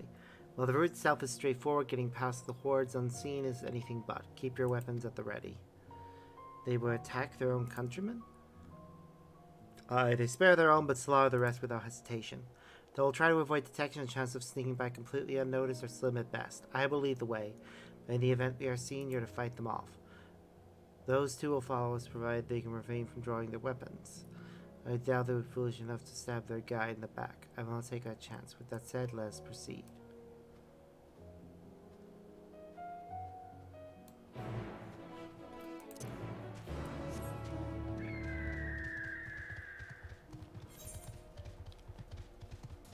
We're heading to there, and we'll attune to the place as soon as we reach it.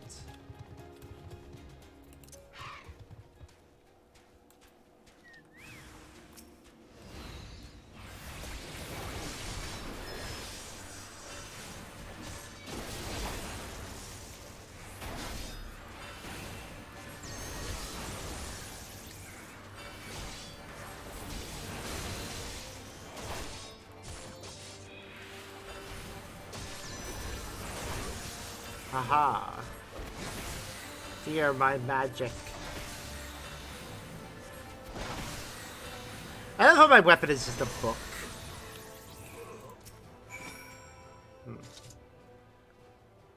I see why your comrades chose you. Our contingent has a cure for the afflicted, or temperate as we call them. Your people would need to be taken into custody, though we may administrate the treatment. They would eventually regain their sanity. Is that so? For all I know, your treatment would simply force them to forsake one master for another. As far as I and my legion are concerned, they are no longer our people. They're beyond saving. Those who thought differently and tried to reason them were butchered for their bleeding hearts. Come, we have to keep moving.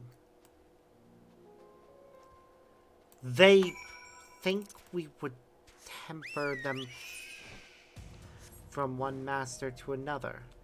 Huh. I guess I can't blame them for thinking that.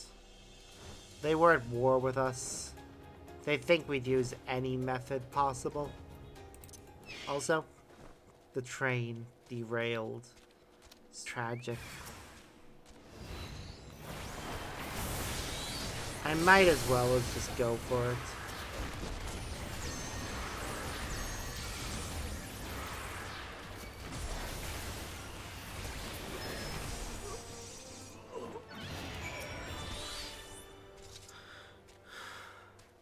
Looks like we're not being followed. We continue onward.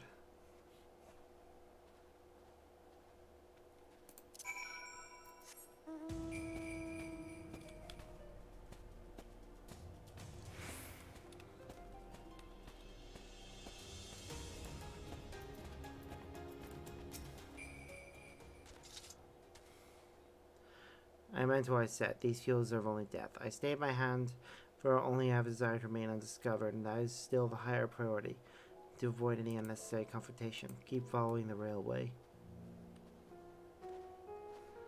At least some of the train didn't end up overturned. It's still standing upright.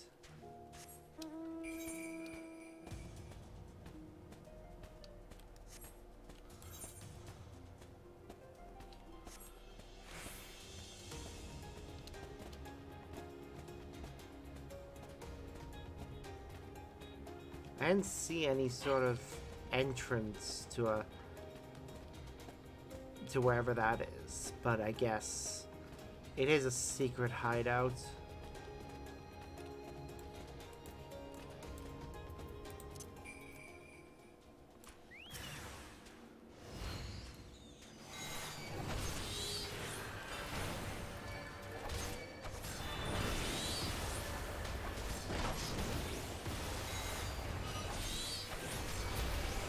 I am so glad that this spell is now, like,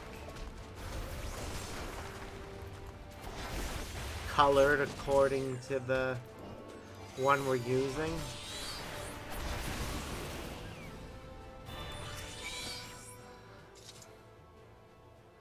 Look at what they have become. Would you still stand there and claim that they could be cured?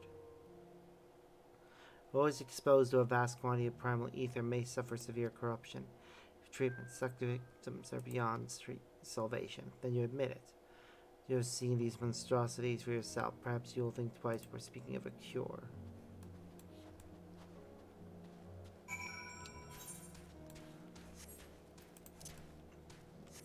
Ah, the entrance is hidden up there.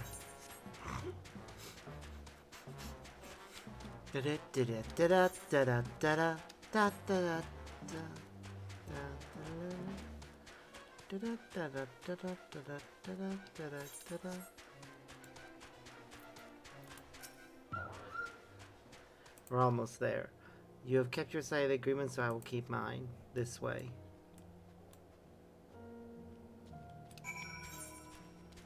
Ah, door. That was locked, probably.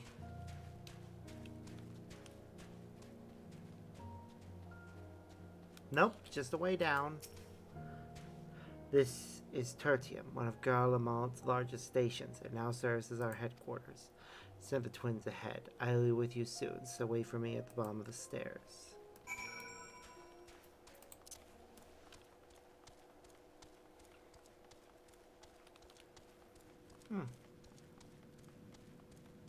Okay, station.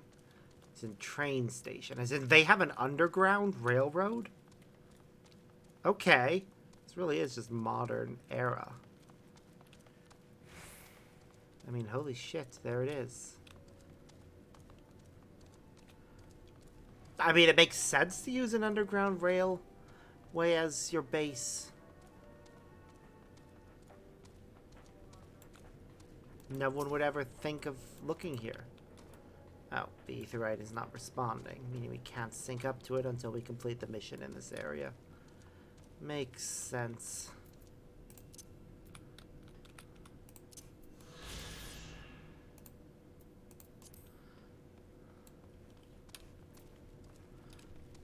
They don't want us to easily fast travel here after all. I actually want to check out the trains, though. See what they look like on the inside.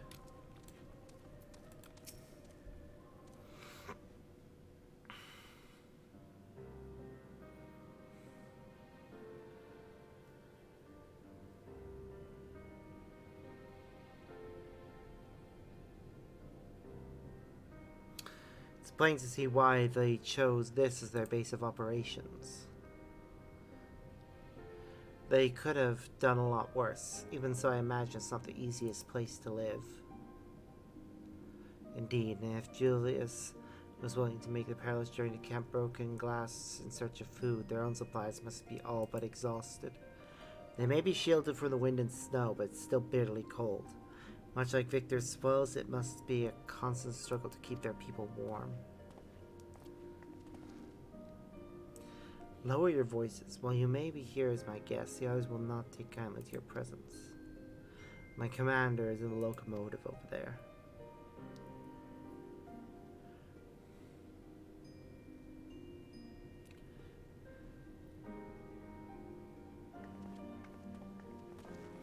Yep, let's go meet them. I'm sure this will go marvelously.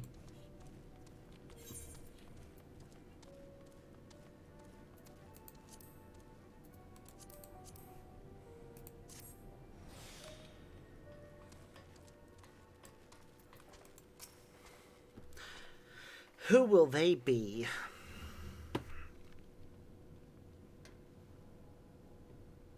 These are their chosen representatives. Very well. Let us hear what they have to say. Yes, sir.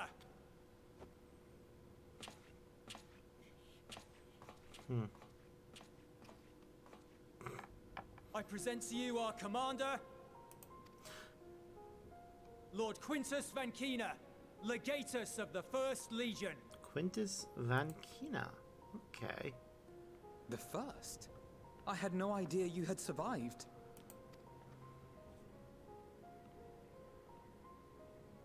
We lost our emperor, our city, more than half our troops. For my wounds, I may never take the field again. But we survived, aye. In a manner much to your liking, I dare say.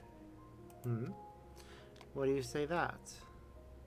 We have no intention of adding to your misfortunes, nor do we bear you any ill will. That is all true. Spare me. Though you children may speak in earnest, overtures of peace ever ring hollow in my ears. So long as man stands to profit from his neighbor's suffering, war is inevitable. No, it's not! It doesn't have to be! If people would just agree to work together instead of constantly being greedy bastards, then that wouldn't be the case. Driven from our ancestral homeland into this blasted waste. Yet still you yearned to rob us of our paltry scraps. Nope. It was only with Magitech that you learned to keep your distance. Though we knew it was only a matter of time before you regrouped and returned. Conquest and empire were our only defenses. Emperors Solus and Varus understood this, and through their campaigns saw us grow and prosper. Much blood has been spilled in Garlemald's name, aye. But if it is a choice between yours and mine, then it is hardly a choice at all. I do not deny that a great many conflicts throughout history were driven by the desire or necessity to gain by another's loss. That is not why we are here. Yep, it's really not. Nor have we come to petition your aid in the war with the Telophoroi, grave though that threat may be. Our purpose is simply this. We wish to help you. Let us help you. If there is aught that can be done to ease your plight, we would be glad to do it. Perhaps you would.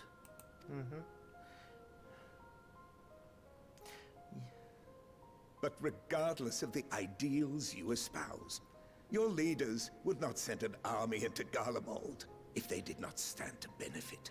If we accept their aid, they will expect their efforts to be rewarded once the Telophoroi are no longer a threat. Nope, that's not what we're after. After compensation and concessions, the great empire would be brought to heel. Her enemies rejoice at her downfall. Our third eye, a mark of shame. No, that is not our intention at all. We won't stand idly by and let your people be humiliated. And we're not alone in that. We only want to make a difference. To make this world of ours better. Surely...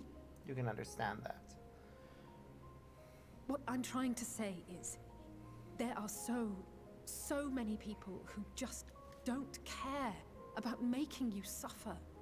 And maybe that's almost insulting after all the suffering you feel the world has subjected your people to, but believe it or not, that's the truth. And now we're here, and all we're asking is for you to tell us what you want, what you hope for. So much blood has been shed, so much lost. All because of this endless war. Who wouldn't want to end it? Yeah, and we can end we it not peacefully. work together? To face our problems as one? Exactly.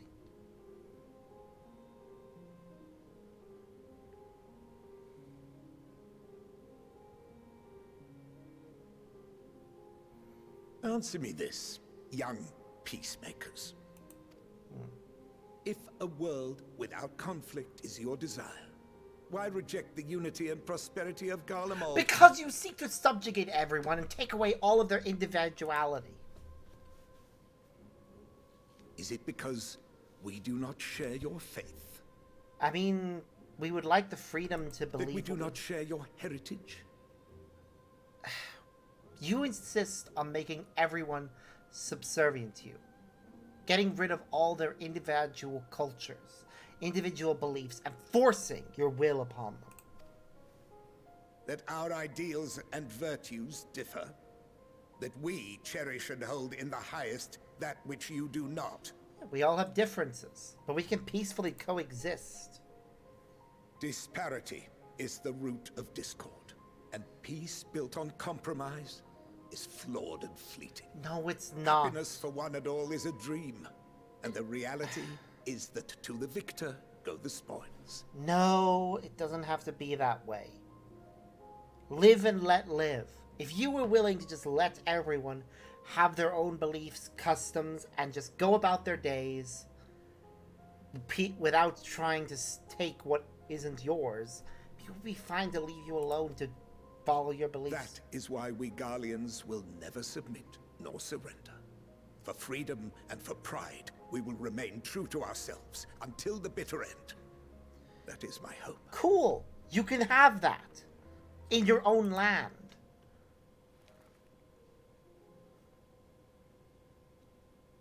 It seems there is nothing more to say on the matter.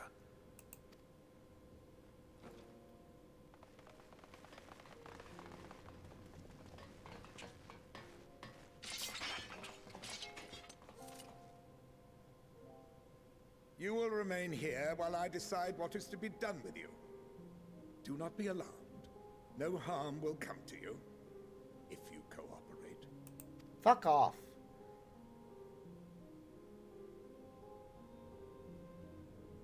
We will not resist. However, as your guests, I ask that we be allowed to speak with the other members of your group. As you wish. I had no intention of locking you up, as by dawn you would be frozen stiff and you're no good to me dead. You are free to move about the encampment, but there is one condition. And what's that? Collar them. Fuck you! Fuck you!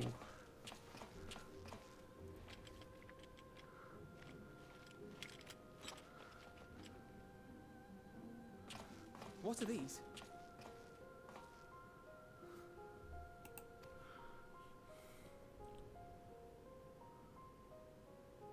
Incentive. You'll be watched at all times. Stray too far or act suspiciously, and we will administer a rather painful shock. Oh, come on. Stop. Keep away from that one.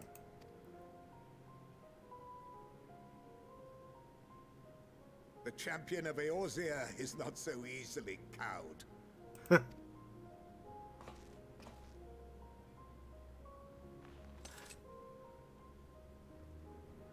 They recognize me now. Even if he allowed himself to be collared, the shock would be no more than an itch. No. If he refuses to obey, we will activate the twins' restraints instead. Oh, you. I officially do not like you. You needn't worry about us. We'll forget we're even wearing them soon enough. Even now, you still... Why go to such lengths? What is it all for? Freedom and peaceful cooperation. Seriously. Why is that so hard to understand?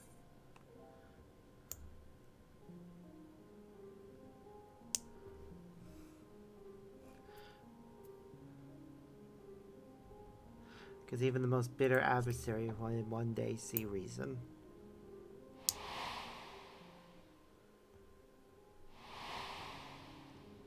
Wow.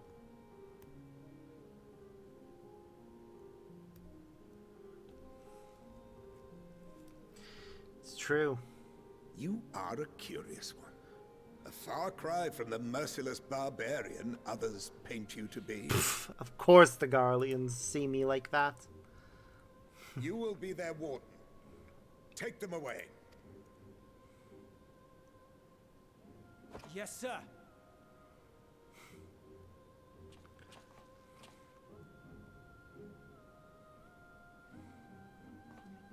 It does kind of bother me they have a banner running over the controls for the train, but I guess that discourages people from trying to use the train.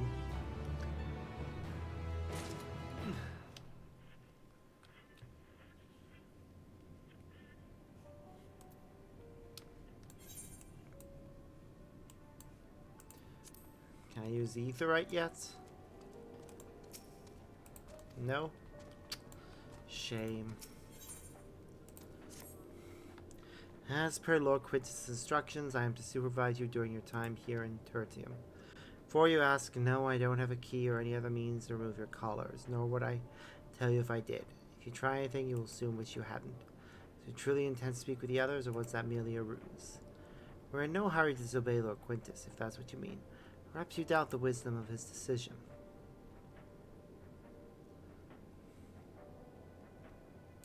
Do as you will, but remember I'll be watching. If I catch wind of you doing anything untoward, trying to trick our people into turning their coats and the like, those shuckers be the least of your worries. Understood? Though we're somewhat compromised, to put it lightly, let's not waste this opportunity. Splitting up and learning what we can of their situation. Above all else, don't use magics of any sort. You, on the other hand, may go wherever you wish, even outside the camp. I know full well I couldn't stop you if I tried. If you do anything to endanger us or our interests, Alphinaud has to pay the price. Cool. You've come with Julius, didn't you? Well, whatever business brought you here, you best keep your hands off that Aetheryte. It's deactivated, but I'd rather mess about with it. There are others throughout the city. Though by Garleans, 4 Garleans. Could tell by the blink over in the blink of an eye, provided there are a terminal nearby. These, however, we use the Aetheryte's power to keep this place lit, though that comes at the cost of its normal functions. Okay, an actual explanation for why we can't use it is good. It's you, Sparks Narad. I served under Lord Gaius in the 14th Legion, it was. I was there on the night the Praetorian fell. You and your adventurers. You killed them. My comrades, my friends, set them aside in their dozens, as though they were nothing to you. And maybe I am too, just another faceless enemy cut down. Be long until our countrymen return. They'll get you what you deserve, mark my words. I'm sorry, but you guys invaded my homeland. Like, seriously, I find it ironic for Garleans to call us invaders. So cold, youngsters are losing consciousness. Well...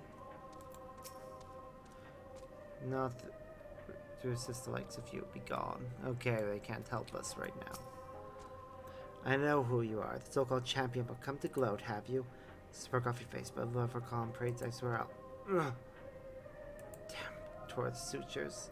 Times the worst of the lot, within striking distance, I can't even muster the strength. If it weren't for the third bleeding us, would be the end of you. Virgilia's treachery nearly cost Lord Quintus his life.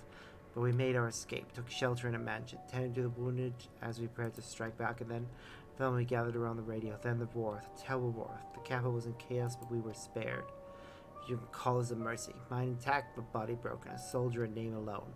Cut you down where you stand if I could. I'm not a murderer. I literally only ever acted in self-fucking-defense. It's the same model as the one used at Victor's Well. Perhaps it is what saved the soldiers here from being tempered.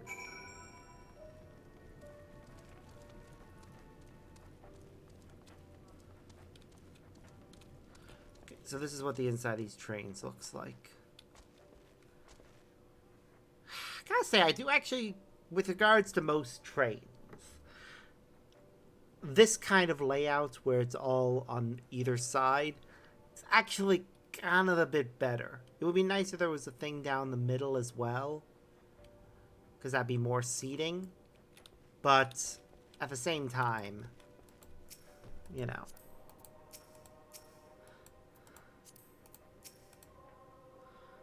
Did you learn anything of note? And your findings are consistent with my own. Their plight is desperate indeed. The sick and injured are at greatest risk. Without warmth and proper nutrition, I fear they will soon perish. There is precious little we can do for them at present, but I cannot bear to see them suffer. Will you help me tend to them?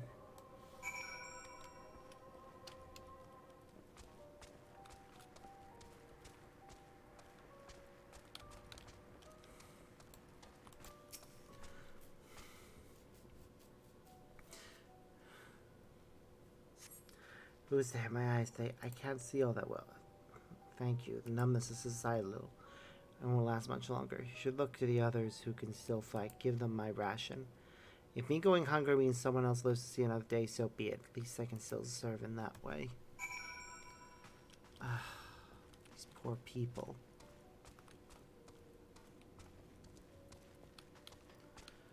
Living out of trains and barely surviving, so those you met fare no better. I was afraid you would say that.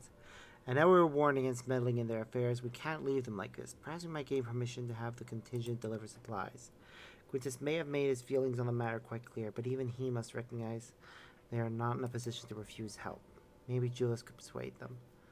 Though we need to persuade Julius first. Yeah, we would. Perhaps I can. Julius.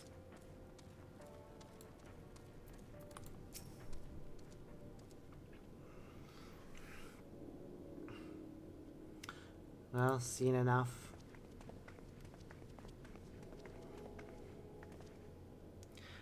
Julius, the people here have barely enough food and fuel to survive.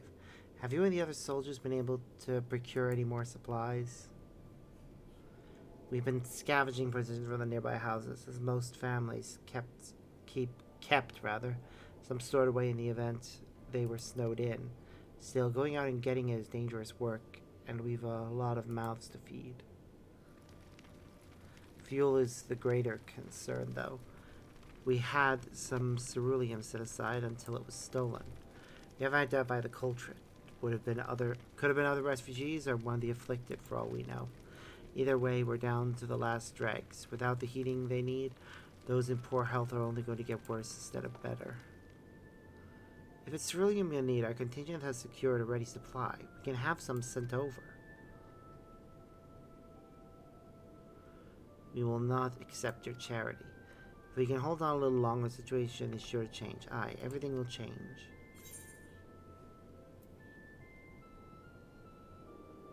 One of your comrades mentioned something along those lines. Heard something of it, have you? Well, from what I've seen, there's little you could do to interfere. There's no harm in telling you. One of our scouts spotted a hooded man issuing instructions to the afflicted, or in the bastard's words, loyal servants of the Telephori.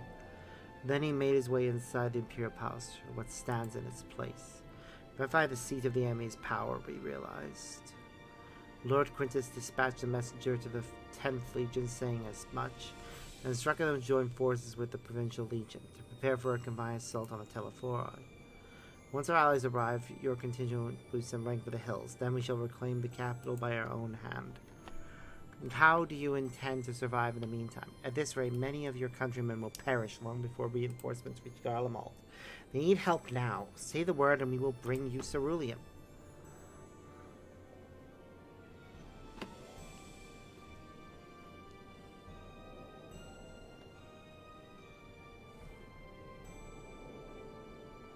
I will speak with Lord Quintus.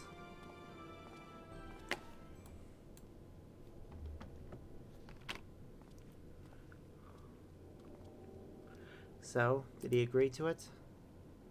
No. No. He will not place Garlemald in the debt of her enemies. I have, however, been ordered to search for ceruleum outside. As you are under my watch, you will come with me. Ah, I see. Well, after all, many hands make light work. You lot are more trouble than you're worth. Once you are outside, you will follow my instructions to letter. We depart immediately. Yeah. Okay. We leveled up. And it's level 83 quest, which is perfect. Let's check it. Reaper is level 84. So once we hit level 84 quest is when we'll switch to that class. We'll begin our search for ceruleum in Rugio Urbanicium. The first location is Forum Soleus, a park to the northwest of the station. You are to remain close at all times and act only as ordered. Follow me.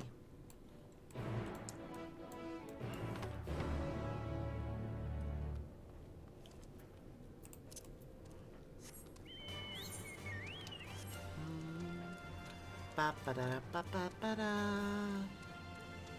Ba ba ba ba da ba da ba ba ba. Ba da ba da da da da da da da da da da da da da da da da.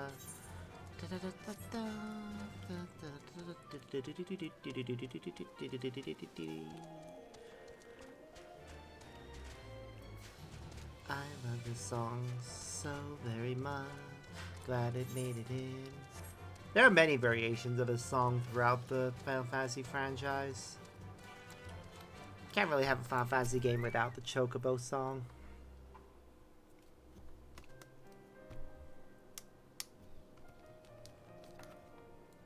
So, this is the park. Surprised I found space for one amongst all these buildings. Actually, the recreational areas came first. The houses were later built around them. Healthy society requires communal space for children to play and adults to socialize. This park was named after the founding father of the Empire, the great Solus Zos Galvus.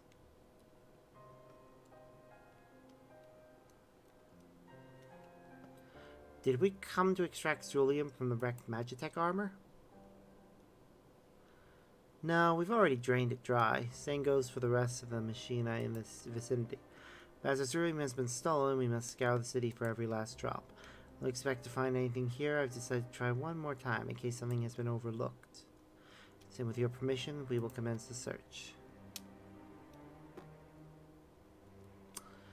We could, in theory, send a communication to our allies and convince them to, I don't know, leave a few barrels of ceruleum in a location.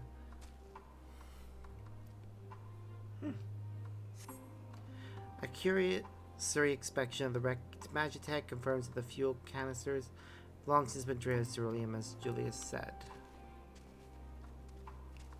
Okay.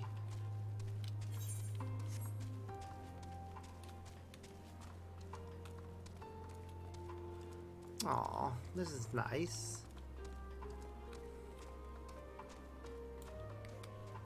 Again, very modern, but nice.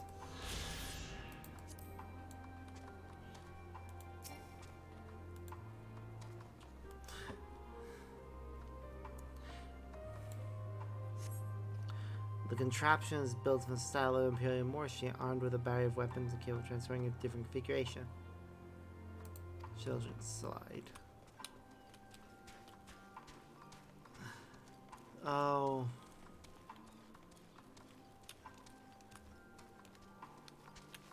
Okay, keep looking around. There's something up there. Well, that's actually a good way they did it. Creating the communal area first and then the city around it. It's a shame that modern cities can't be designed that way. Because there's too many buildings already. It would require... Oh, a new city could be built that way. But not many new cities get started these days. Though rather small by Garlean standards, the structure is reminiscent of a merchant style. Perhaps it was built for children to play as shopkeepers. There's nothing inside resembling Magitech or any other devices that would be fueled by ceruleum.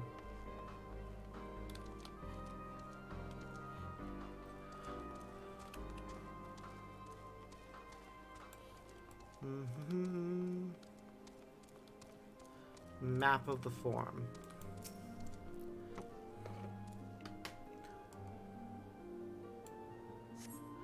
Several points of interest are marked on the map of Forum Soleus. A pond, children's play area. To your knowledge, however, none will require the use of ceruleum.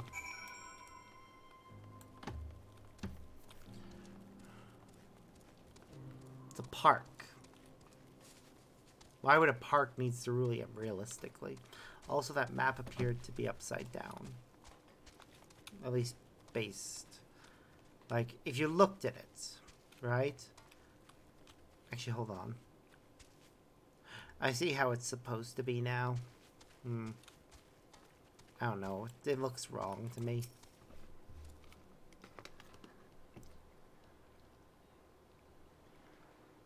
You lived near this pond, this place, didn't you? Judging from how... Any luck?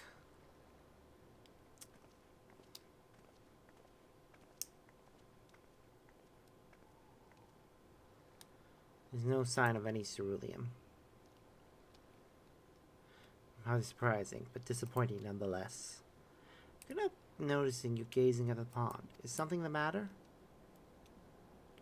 Yes, I mean, no, It's just I used to bring my brother and sister here to play. The pond was here to stop it from freezing over. So like all the other children, they just had to wade in and splash about. Would have stayed there if I didn't drag them out. We'd be sopping wet when all was said and done. Every time. And every time, when we'd get home, Mother would scold us, saying, catch our death walking around like that. The pond was heated. With a ceruleum-powered heater, by chance. I suppose it must have been. Come to think of it, I remember seeing engineers changing out a tank beneath a hatch. But that was a long time ago, when the water still flowed clear and wasn't this brackish muck. We can't see a thing. I can't remember where the hatch might be. With the machinery most likely broken, the amount of filth in there is probably the only reason it hasn't frozen over. The heater is still unbearably cold, though. Julius, what are your thoughts on magic? The average Garlean would jump out of their skin if they saw it, but the first has a few foreign signiferi and medici, so it doesn't scare me. I take it you won't mind if I employ a little now. Alphino, as you have a knack for finding dry wood, why don't you bring me some? Once that's done, a blast of their fire should do the trick. Leave it to me. You're not planning to go in there, are you? Of course I am. That tank isn't going to fetch itself. There's nothing so involved as extracting unprocessed ceruleum from a frozen lake, like how the tappers do. We're talking about a shallow pond in a park, and we have a way of warming ourselves up after. That's insane. So, fancy a dip?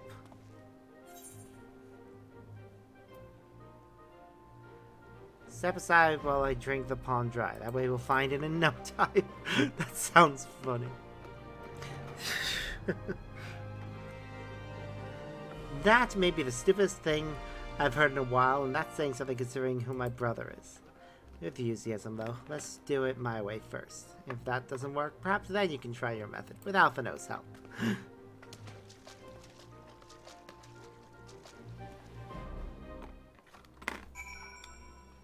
It's not gonna be this first spot right here. Most likely it's gonna be either that spot or that spot. Delve to add inch. The icy wind on your damp clothing chills you to the bone. Oh, we're taking damage. Not much, but still.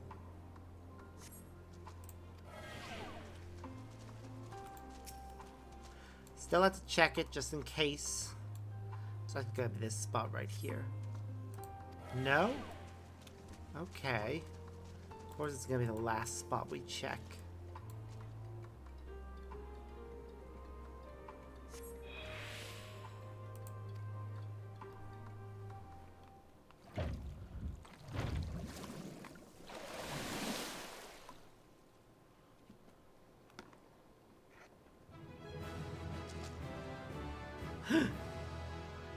Cerulean tank.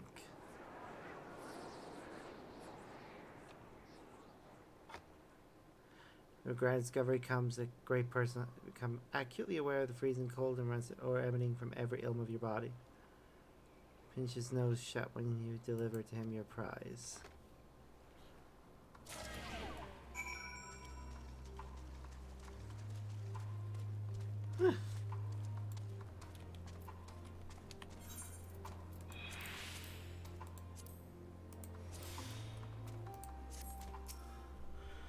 Did you find anything? I hope you did.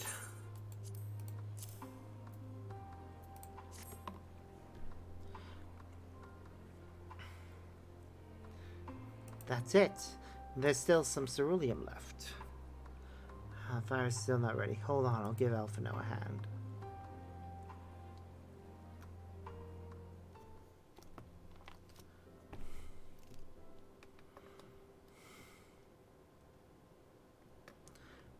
Call me an old Dom, because by fire I am reborn, and my clothes are mostly dry now. I appreciate you recovering this to him, but I wish you'd taken time to discuss the plan with me beforehand. Despite the way you've been treated, in Lord Quintus' eyes you're still envoys deserving of protection. If you were to die on my watch, he would be most displeased.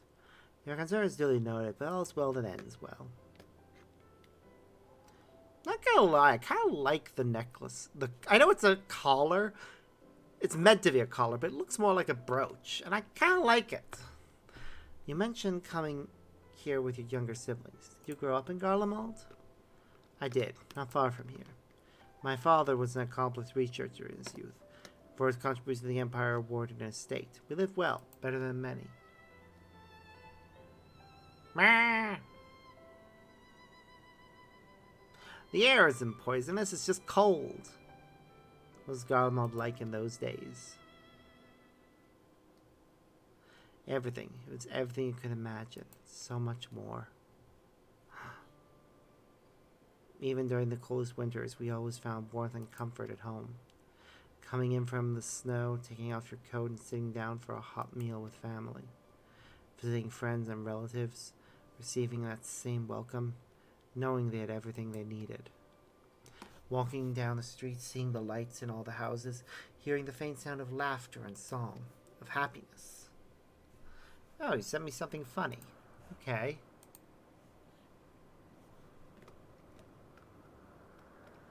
Oh my god. I can't wait to go home. Are you for real? Why does this always happen to me? All I want is to go home, and I have to climb up an escalator after traveling miles. Really? All right then.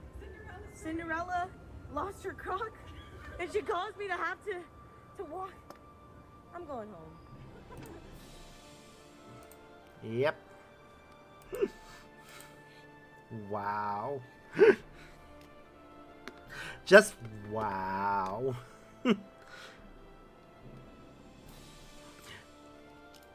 And this is why you have to be careful what you wear on escalators. Because some things are not designed. It's also why you should make sure to tie your goddamn shoelaces when you're going on escalators. Because I've seen people go up escalators with their shoelaces untied, and I am just dreading the day that one of them gets caught. Because somebody's going to get badly hurt. And then try and sue the place over it when in fact it was their own stupidity. Right, all the summers came and went all too quickly. In that brief respite, the ice would melt, and the forgotten grass would make its triumphant return. Gray clouds gave way to blue skies. Some mornings, climbed to the top of the tallest building we could find to watch the sunrise. Never again. Those rooftops are rubble. Those friends dead. And those memories? But if I could reclaim even a fraction of what we once had. Soon our chance will come. We just need to hold on a little longer.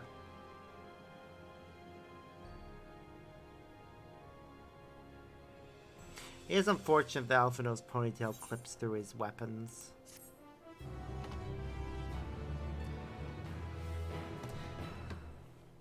Kinda wish he'd cut it off by now. I know it's part of his iconic look, but still.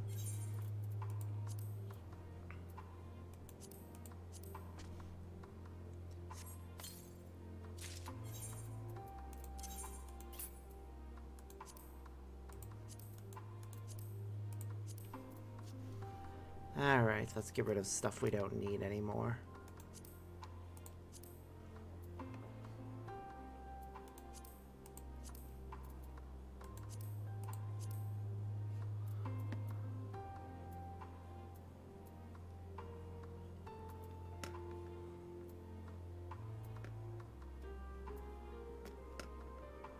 Yeah, I'll deal with the rest later.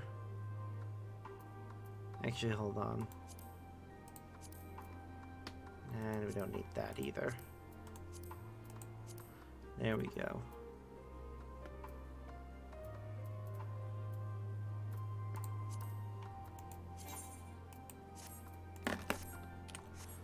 Meh.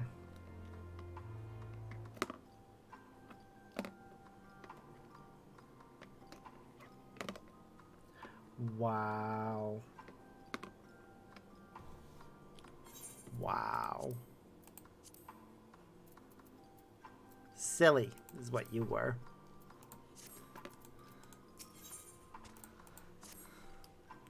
Alright, now that you've recovered from your escapades on the pond, there's another location I'd like to search just outside the park. Yeah, I guess the ceruleum from the pond wouldn't be that much. And without it, that pond is actually probably gonna freeze over.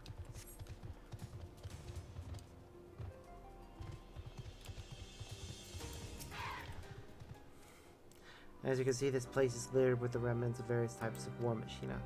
On my comrades, I've already recovered the tanks and the less damaged units. Those that took a more severe beating are harder to scavenge.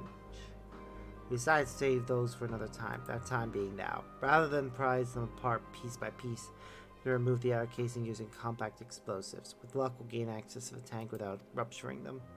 The force generated by this device is relatively weak. I would advise you stand clear to avoid being hit by any shrapnel. Before even bothering, though, you should check when she has her own gauge to see if there is any left. It should still provide an accurate reading, even when the unit itself is inactive. If the gauge is broken, I'll let you decide whether to use the explosive or not. Should you need more, come to me.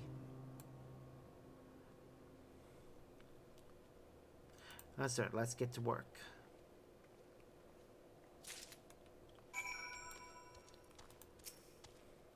Corian tank. This unit's tank is empty. Wait, what did it say? To engage, this unit's fuel tank is empty.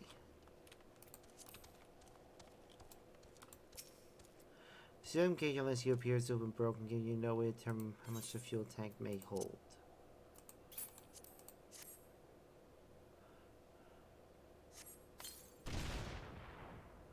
Removing the war machine's allocator to find it is completely empty.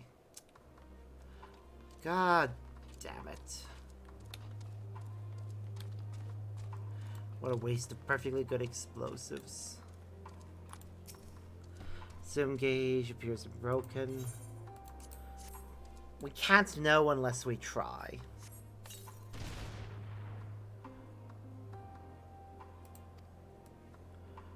Are you kidding? Because he only gave us 2 explosives, we're gonna need to go and fetch more.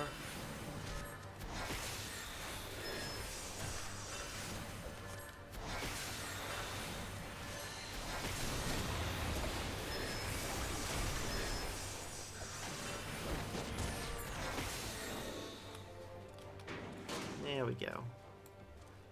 Julius, hi. Need some more here. I suppose Spirit Day, but tomorrow is another story. We can't afford to waste them on units with nothing to offer, so be sure to check the gauge first. Damage is up to you to make the call. I imagine it's totally random as to whether or not it's got anything in. The first one was empty. We know that much.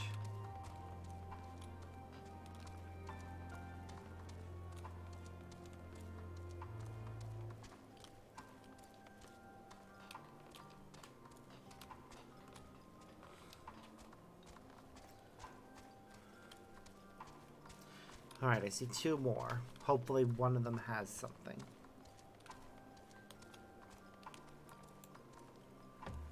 Meh. God.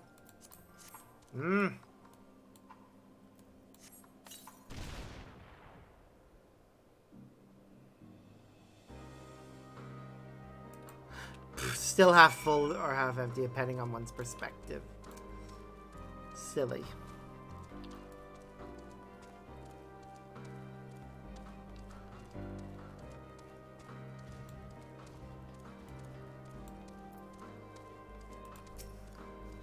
More exclusive ways. Is that what I think it is? Yep.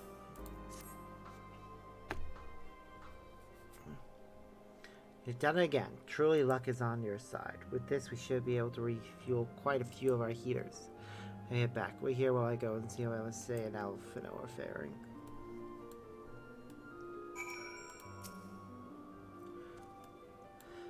They're gonna end up running back with something chasing them, more than likely. Or they're gonna scream for my help.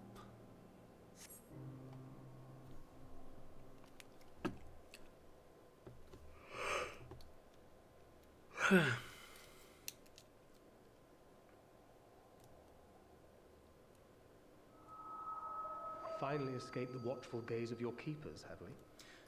Oh, telepathy. Delightful. Don't react. You'll only draw attention to yourself. Just carry on as you are and listen. After you left with the Garlean lad, Lucia bade a few of us scouts follow you at a discreet distance. Okay. We observed you being led into the station, but decided against venturing inside. Fair. When you emerged sometime later, and we saw that the twins were sporting Magitech collars, it was clear what had taken place. Now, as quietly as you can, tell me everything. You're using telepathy, so... Either that or he's invisible. He's standing right beside us. Eh? Now there's a surprise. This is also the first I've heard of a plan to join forces with the 10th and storm the Tower of Babel. It's not a good idea, obviously. He'll get tempered. Interesting development. And perhaps the opportunity we've been waiting for. Maybe. Our comrades back at the camp also received some rather promising news. But it's still too early to get our hopes up. Okay. For now, keeping yourselves out of harm's way comes before all else. Whatever demands the Garleans make, indulge them. I can only indulge so much. With luck, this will all be over soon. Until then.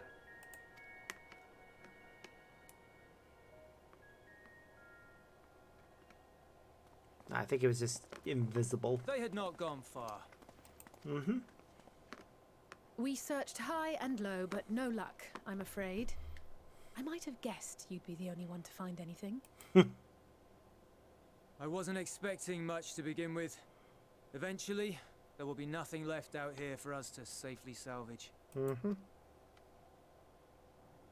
now, this will have to suffice. Yep. We should return to the station. Indeed we should.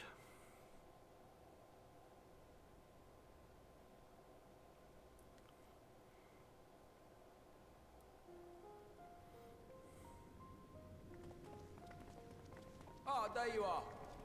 Heard you'd gone hunting for ceruleum above ground. Brought back a king's ransom? Hardly. But thanks to these three, we have enough to last a little while longer. Well, well. It's not at all what I was expecting, these ones. For savages, they seem positively docile. Why are they calling us savages? Seriously, just because you are all atheists and we're not.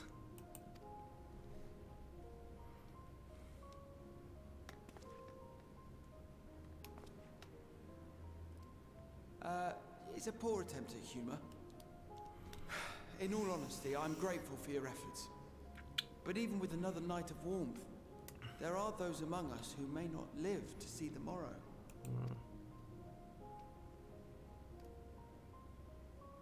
I trust your expedition was fruitful. Mm-hmm. Lord Quintus! Mm-hmm.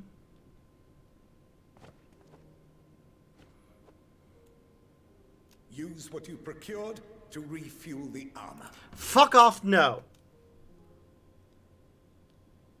But, sir, what about the heaters for the camp? Yeah, what about the heaters?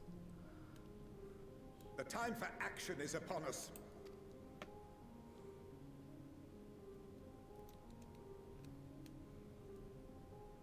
My men and I have matters to discuss. In the meantime, you are to wait here. Do not forget, you are being watched.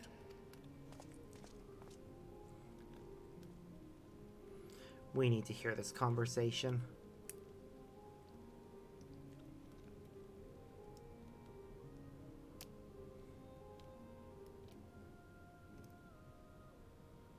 The time for action. What did he mean by that? I can only speculate. Clearly something requiring their magitech, given what we just heard. Mm-hmm.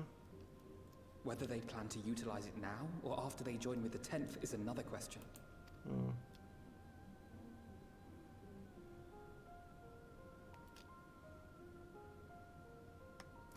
Their people need it for their heaters. Otherwise, they're not going to survive. I mean, there's children here. Will they ever escape this cold? Return to and reclaim the idyllic spaces of which Eula spoke? Maybe someday.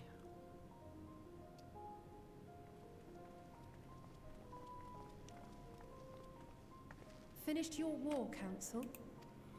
Hmm.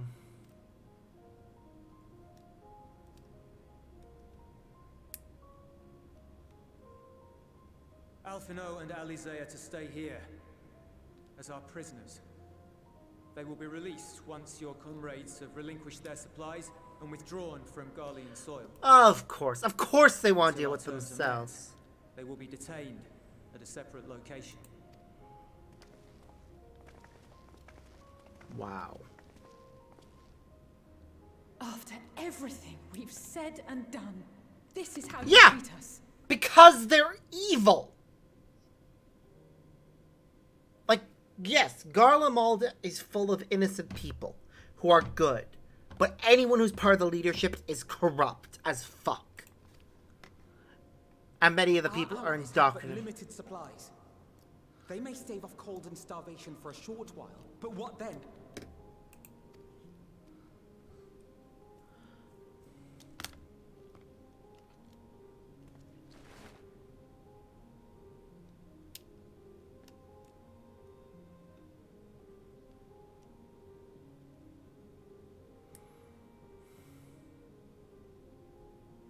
For now, keeping yourselves out of harm's way comes before all else. Whatever demands the Garleans make, indulge them. Everything will be alright. Have faith.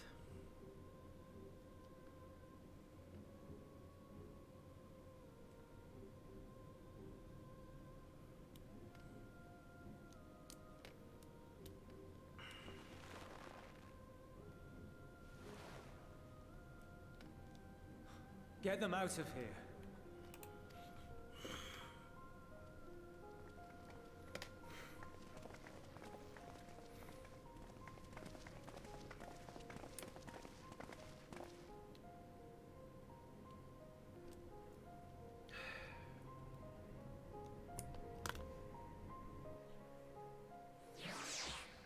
They're idiots. Absolute fools. I promise it'll be fine, provided do not resist.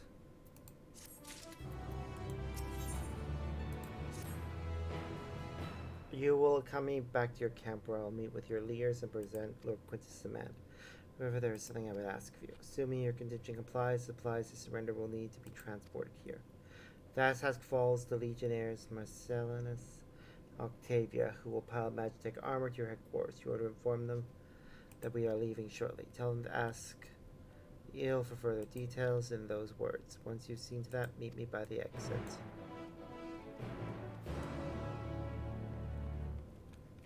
Fools.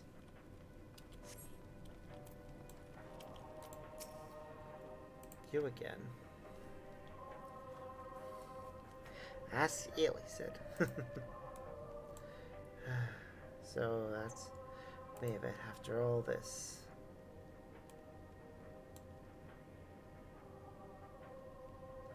But you should be the one to deliver the news. If those are my orders, and so be it, for the glory of Garlemald.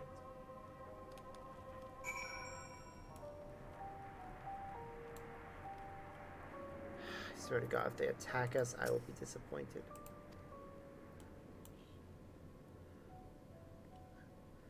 Has reached a decision. He would understand that he would recognize the savages. I swear to God, if they are going to about to do suicide bomber bullshit, I will be very disappointed.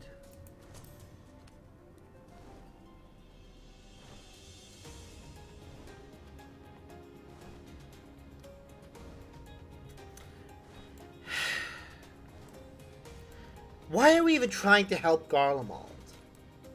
They've determined they don't want our help, and we really should just leave them to their own devices at this point. Have you done as instructed?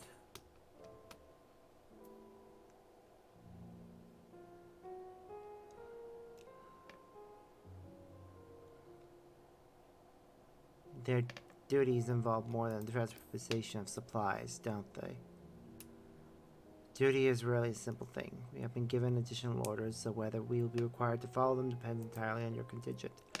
You and I are in this together now. Like it or not, we have to cooperate. One other matter, a place I'd like to visit on the way to your camp. It's a short walk from here. Follow me.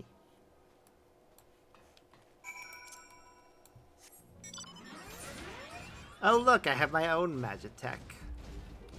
Except mine doesn't need ceruleum. It relies on magic, which makes it significantly better.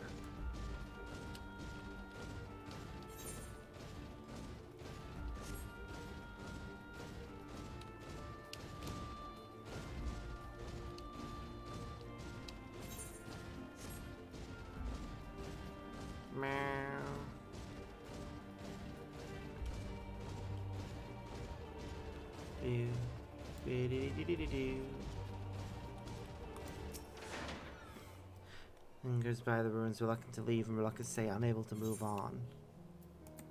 Yep, I'll wait.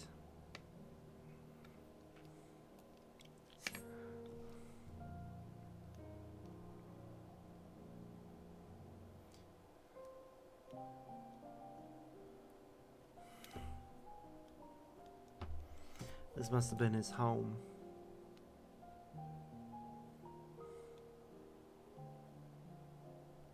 This is my home. Yep. Our home. At least it was, until that night. I was with Lord Quintus when the capital fell, and thus spared. My family, who did not own a radio, were less fortunate. Did he have to kill his own family? When dawn came, I made my way here.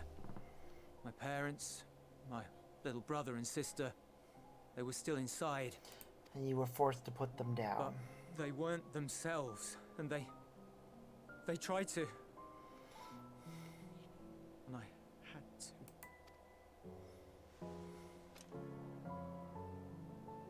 I had promised to take them away from the capital that very morning, to somewhere safe, to hide until the fighting stopped. I promised. But instead, you were forced to put them down.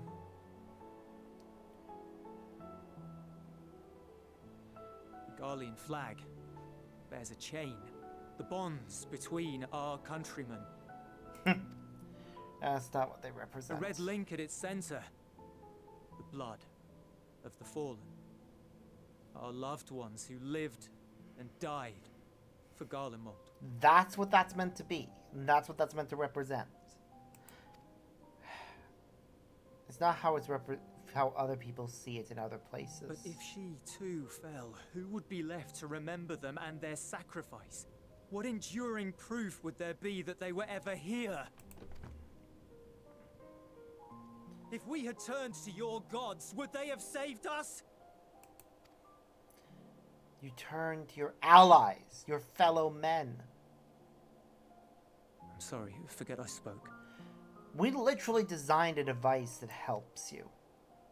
We should go. It's a mix of magic and science.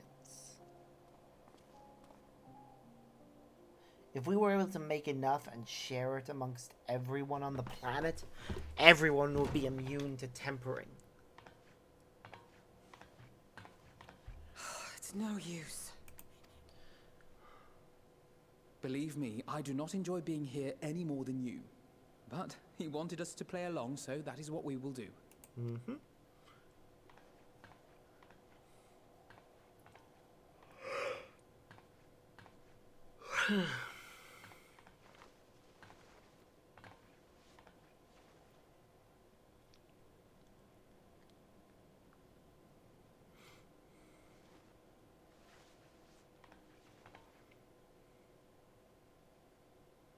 I would just keep edging closer to share your warmth with each other.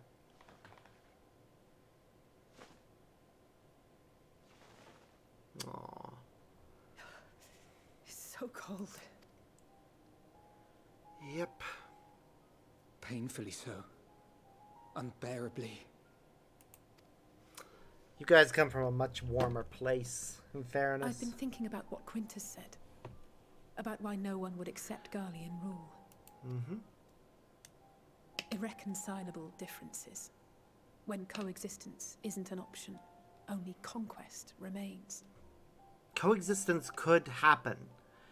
It's just that Quintus and other Garleans are convinced that no one would be willing to just let them go on, not believing in Varus at any Gannett of the said much the primals. same. Only by uniting the world beneath a single standard would we rid ourselves of the Ascians. United as one people, one race cleansed of imperfections, a cold and unforgiving vision. And when we fail to live up to their standards, what place is there for us in their world? Don't fall asleep, Alphino. But the truly sad, truly frustrating thing is how damnably similar it all is to the lofty ideals of Father and the Forum. Huh! Except without the conquest part. Non-intervention. Always non-intervention. Protect our knowledge and our people, and to hells with the rest of you. And yet, I can see how it happened. Varus and Father looked to their elders for guidance and took their virtues as their own. But for this world was of their making. In who else could they place their trust? Yep. All of us lost in a sea of chaos. Searching desperately for purpose and meaning. But it shouldn't just be an extension of another's. It has to be ours. It has to be. Yep. We all have a stake in this world. No one should be silenced. I won't deny that we lack the experience of people such as Father or Quintus. Perhaps they've come to see the world as a series of problems, and the most efficient way of solving them, to reduce everything to fundamental forms. A stone is a stone, a cloud, a flower, no more than that. Simple descriptions that strip the subject of distinguishing characteristics. A man is a man, divided according to race, creed, or allegiance, and to some, defined by such associations. Yep. This is all Is that what you very think? accurate. In my misbegotten youth. But what I believed wisdom was no more than aggressive ignorance. I've since learned to look beyond the banners and the politics. To see people as individuals with their own hopes and dreams. As for my dream of building a better world, well, every day I'm reminded that it is far more complex than I had ever imagined.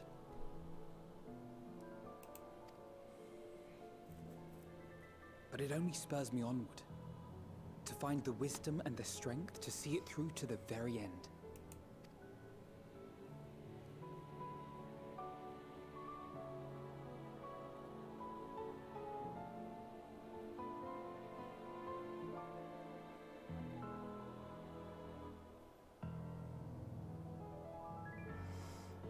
All of our supplies and an immediate withdrawal. These are your conditions? Demands. And you forgot about the airship. Once again, you will leave one behind. It will be used to return the prisoners. Their collars will be removed prior to the exchange.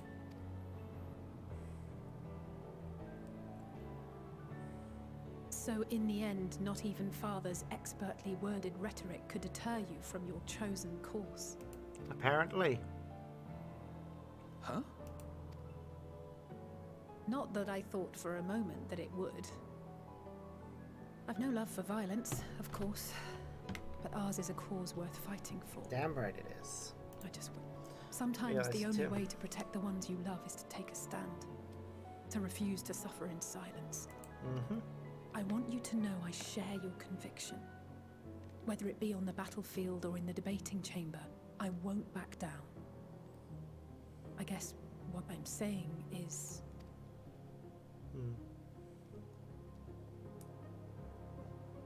You've found your own reason to fight. Yep. Yes. Yes, I have.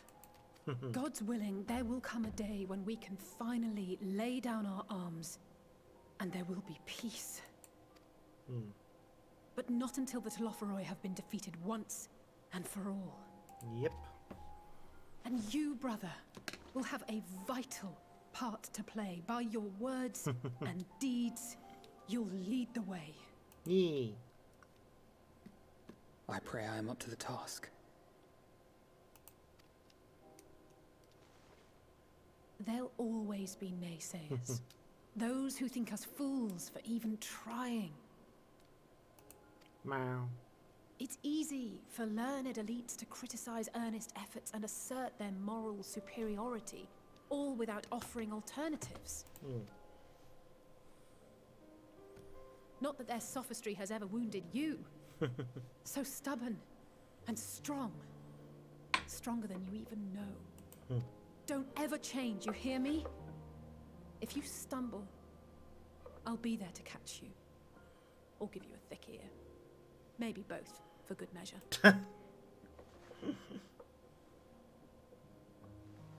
Thank you, Alice.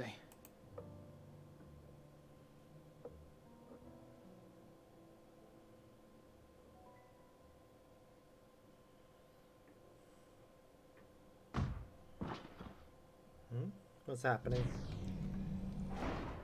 Of course, Estinian comes to their rescue.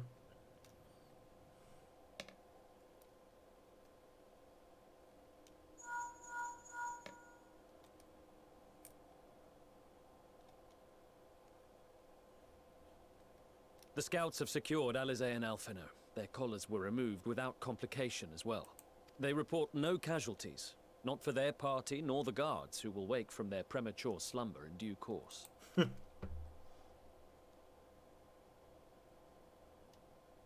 It would appear the situation has changed. Yep. I propose new terms. We have information that will be of great interest to Lord Quintus, and I wish to speak with him in person.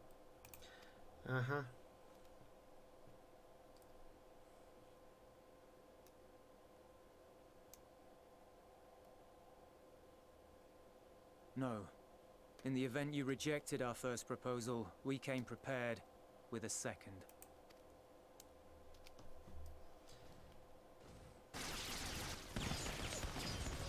Really?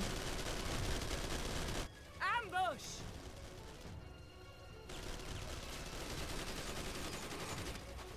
More are coming! Make ready! Really? It's pathetic. We, the loyal soldiers of the First Legion, proud servants of Garlemald, of the fallen Emperor Varys, shall safeguard these lands from the barbarian hordes until our countrymen return!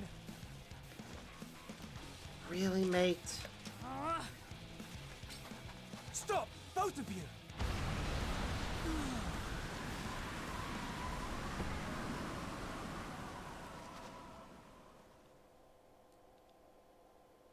Thank you. This child may be the worst emissary I've ever seen.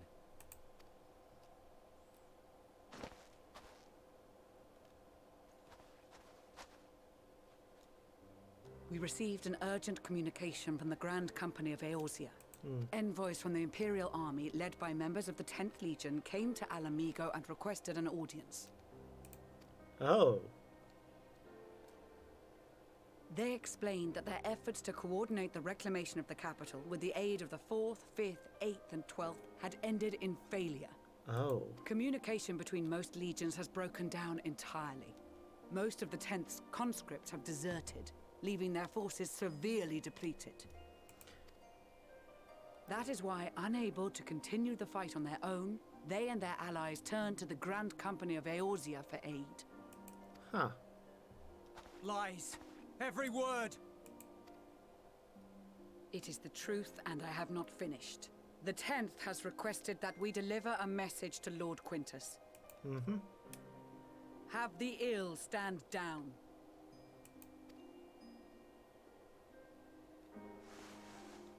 You have been listening, my lord? Mm-hmm. What are your orders? I hope he listens. He isn't a fucking stubborn bastard.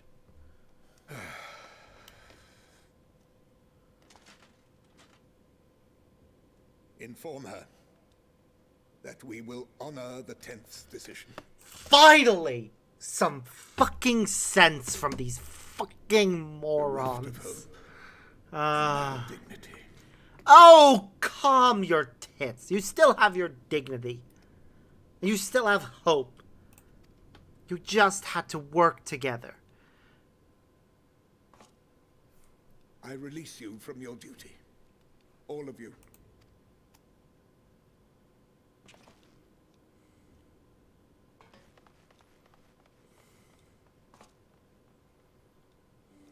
I take solace, your radiance, in the knowledge you are not here to witness our debasement. It's not debasement! You literally just have to work with your former enemies, who are now going to be your allies, to build a better world. That's so much to ask. It was a grand, glorious dream we shared. Of a world united. Of peace and prosperity. Still have that. It's just that instead of forcing others to abide by your ideals, by your customs, and doing everything as you do it, you instead work side by side, and oh my god.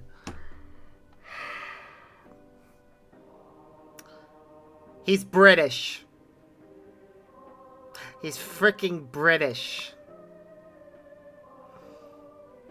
And a Tory.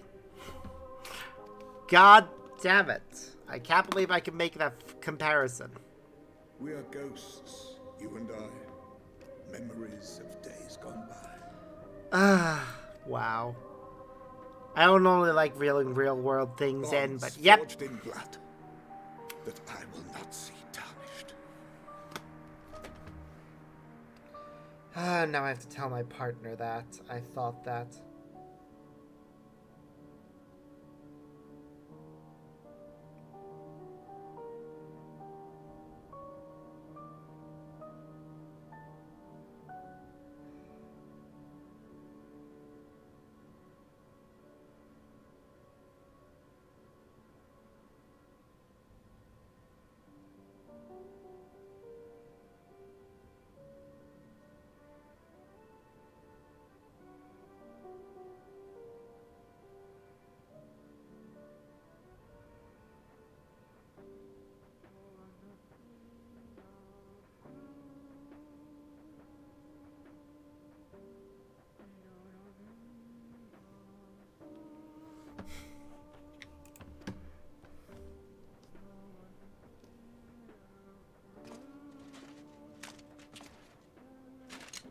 No.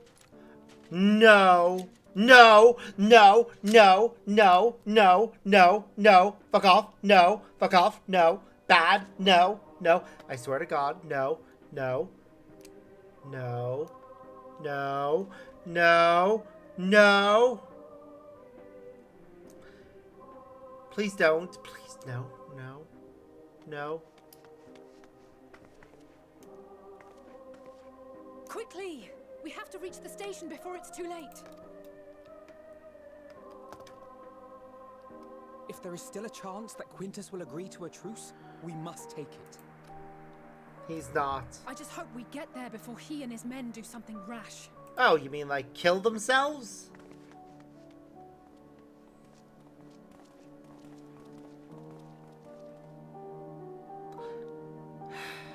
God damn it.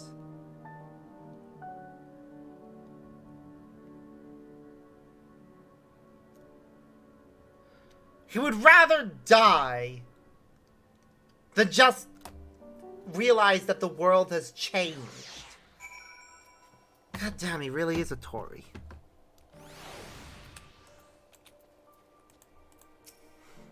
Much and more has occurred since last we met. As determined what comes next, we will speak with Lord Quintus. That's gonna kind of be hard. He kind of has a giant hole in his head.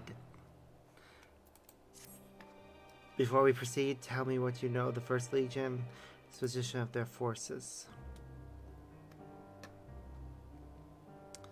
They were prepared for war while the refugees in their care were left to go hungry. Reckless, short-sighted plan, welfare of the people they are sworn to protect. Nevertheless, we cannot compel them to accept our aid.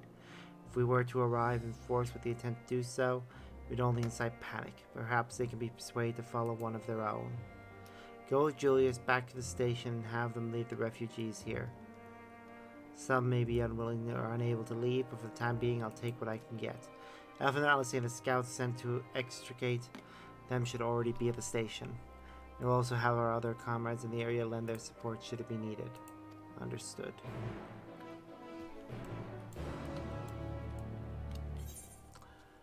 Well then.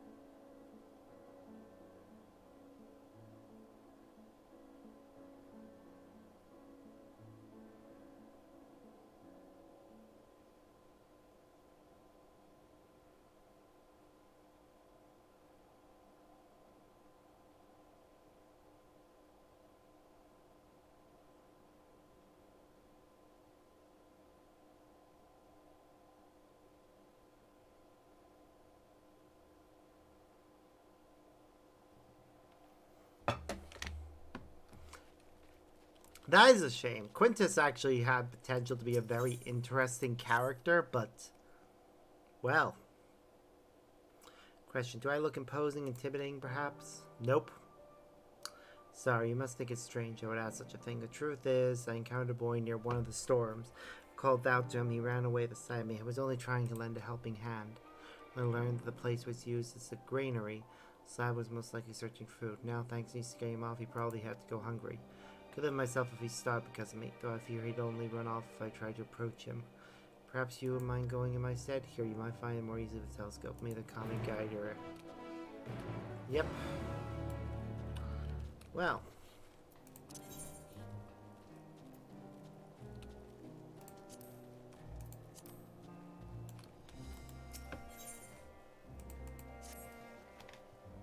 Please, a moment of your time. A friend who was sent out on reconnaissance has been gone far too long and she's not responding to her link pearl. You'll help me look for her? I knew you would. Let's split up. I'll search around the camp while you head for the lake.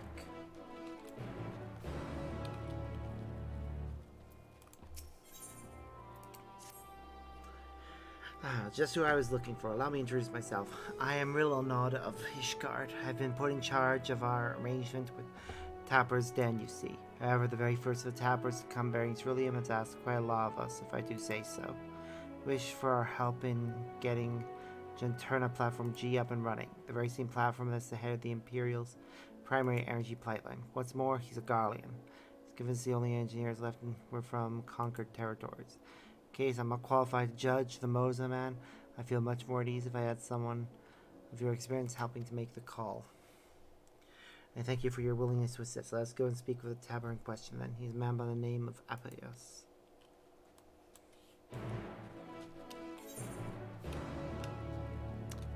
Okay. Got a few places to go after that. This is one of the missions that'll help us fly in this area soon. I suppose you must be the friend ribbon I wanted to fetch. Yep, I am indeed.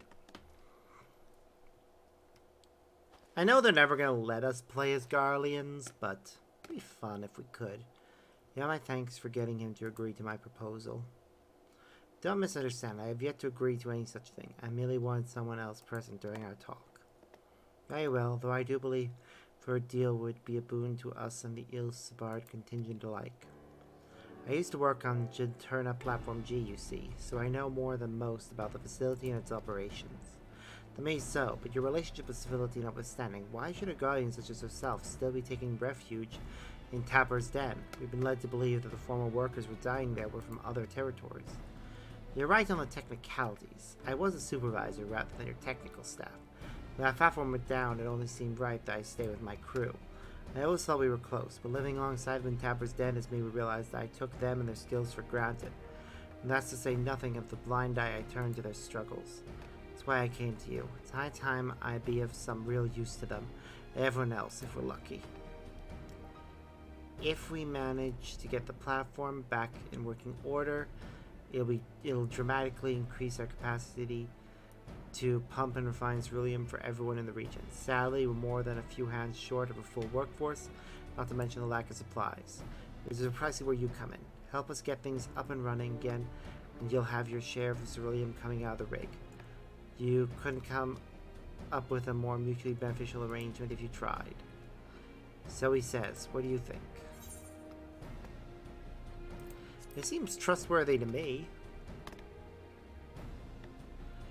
Yes, I've been leaning the same way myself. Ultimately, what he says about the potential benefit is true. Nevertheless, I doubt the higher-ups would assent to this. I suppose that is how it goes when you're dealing with military types. For what it's worth, I do understand the hesitancy to throw your lot in with someone from a hostile nation. Thus, part 2 of my proposal. I shall do you a service to prove myself worthy of the contingent's trust. I had a look around the fringes of your camp here before you arrived. Spot a few ceruleum engines in need of repair. If I fix them, your superiors would have no reason to suspect that I want to see you driven out. Less reason in any case. Assisting us with use of local technology would go a long way, I'd imagine. That said, I have not heard anything about the ceruleum engines we've scavenged breaking down. It's not as if they're entirely useless yet, but I guarantee they're not running as they should. Give me the opportunity, I can have them working more efficiently and safely. You're welcome to accompany me while I do so. That way you can ensure that I don't get up to anything suspect, and then vouch for me with your superiors. I have no objections. I trust you will sense anything amiss. Let us begin with a proper inspection then. We can get to work as soon as you're ready, Sparks. Yep, we can do this. I think I can go for another about 20 minutes or so. Well, the ultimate objective is to get the engines running at full capacity. The purpose of this inspection is to work out what parts we'll need. However, I would hate to fumble something and be accused of sabotage, so I'd appreciate it could be the one to lay hands on the devices. Never fear, I'll be right behind you, telling you what to look for. If we inspect, say, 3 of them, we should have a decent idea what needs repaired. Lead the way.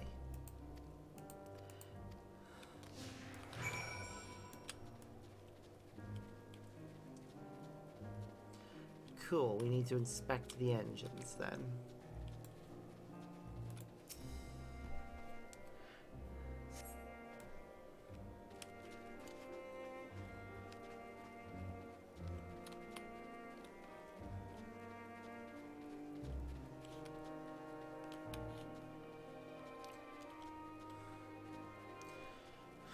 Alright.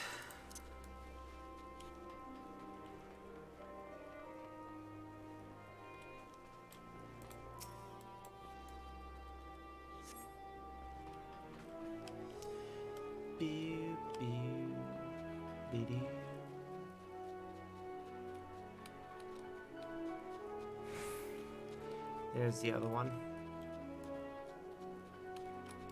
Oh yeah. There's a mender over there. I'll go to the mender after we finish this part of the mission. Praise be to your defense. I have an idea of what our next step ought to be, though perhaps it would be best to apprise not of our progress.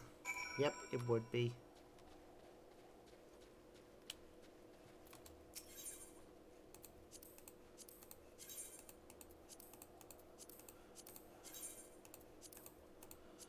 Ba-da-ba-ba, ba-da-ba-ba. Ba-da-ba-ba, ba-da-ba-da-ba-da-ba-ba.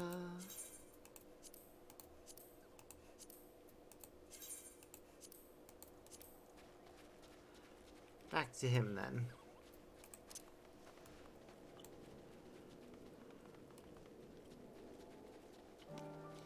Ta-da.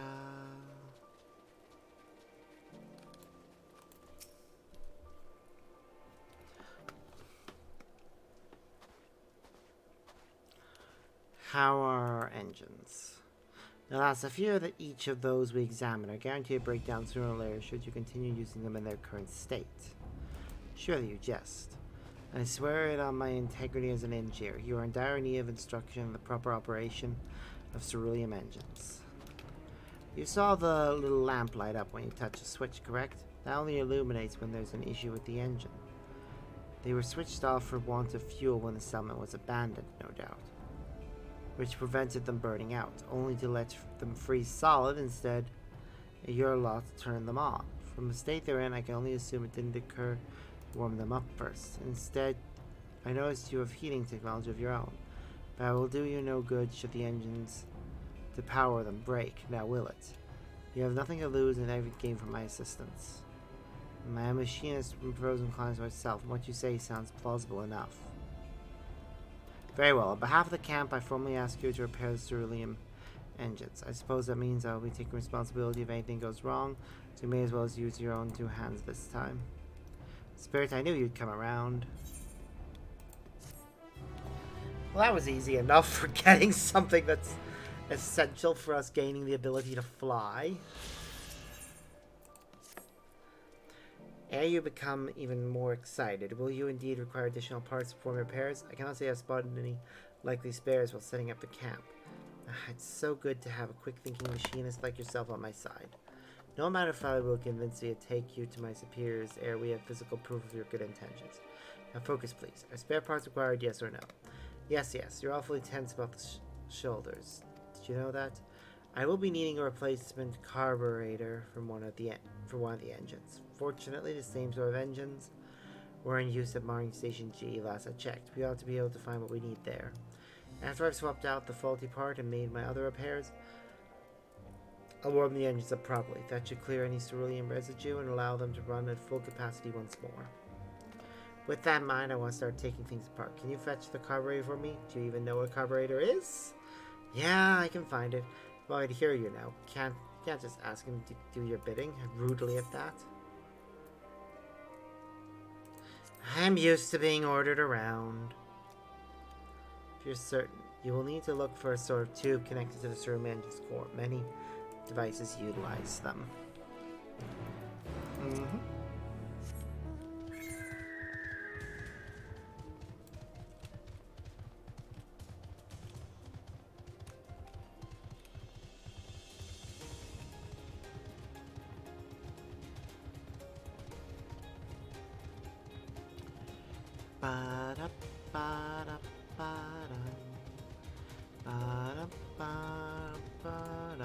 I'm actually very glad that I'm doing these side quests right now.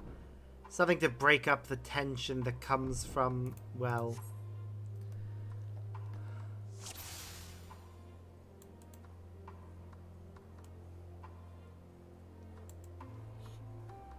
Alright. There.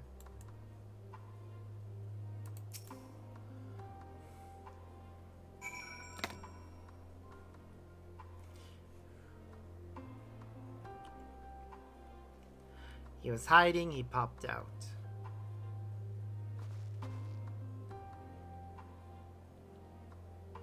Do I have to follow him? Cave location. Liminal station.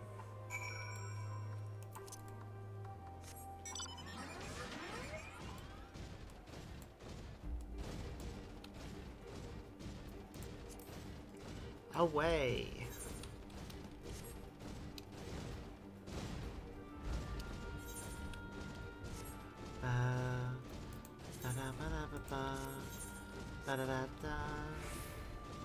I really need to remember to re-add the first time playthrough tag whenever I'm playing this one.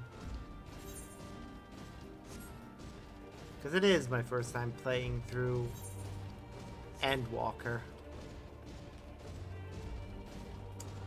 Then I have to remove it again whenever I switch to a game that isn't the first time playthrough. What do you want? Saw me, did you? So what? I didn't do anything wrong. Finders keepers. This food ain't just for me. The others need it too. I know you're just trying to help, but we can look out for ourselves. If your friend's worried about us, tell him we'll be alright. Until this food runs out anyway.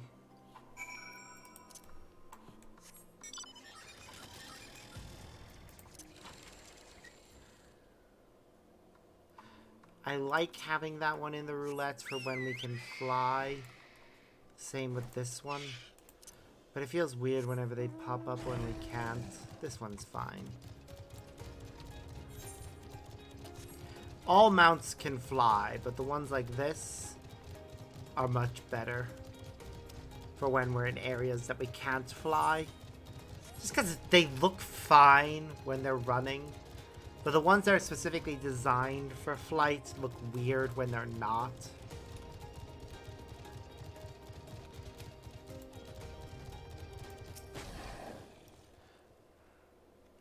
It's gonna take a while. Hopefully we only need to get it from the one. This isn't a... Oh, this one's broke. Oh, good. We're not going far.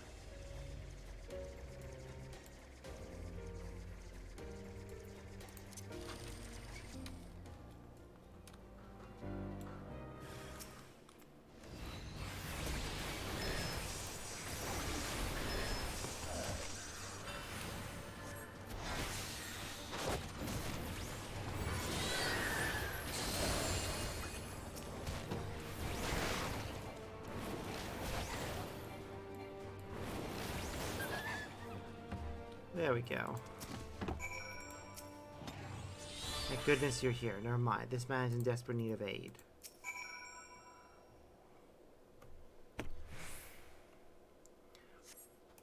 Ugh. Thought my helps I called out on, but he soon bolted in fear. That's when one of their fiends appeared out of nowhere and pounced on him. Though I rushed to fend it off, it had already signaled to its pack base. Then, just as they had me on the back foot, you arrived. I would have called for assistance if my hands weren't already full, but thanks to your timely intervention, I can finally send for troops to take this poor fellow to safety. I'll move him to a more secure location until our comrades get here, while you and both perfectly capable of conveying a situation via link probe. Professor would set their minds at ease if I could also speak to them in person.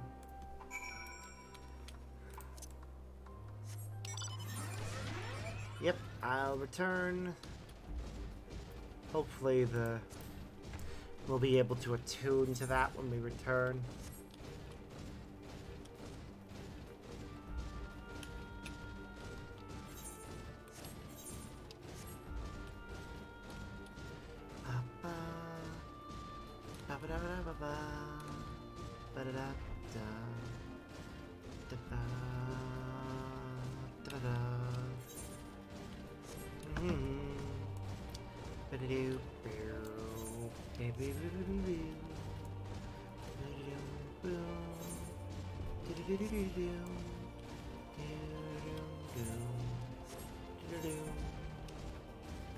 Just want to check something.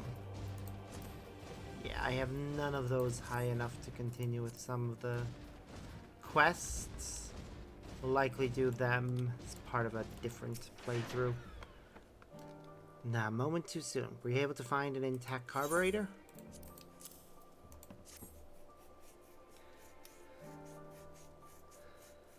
This will do it. Now Rimmel and I can finish fixing up those engines in no time at all.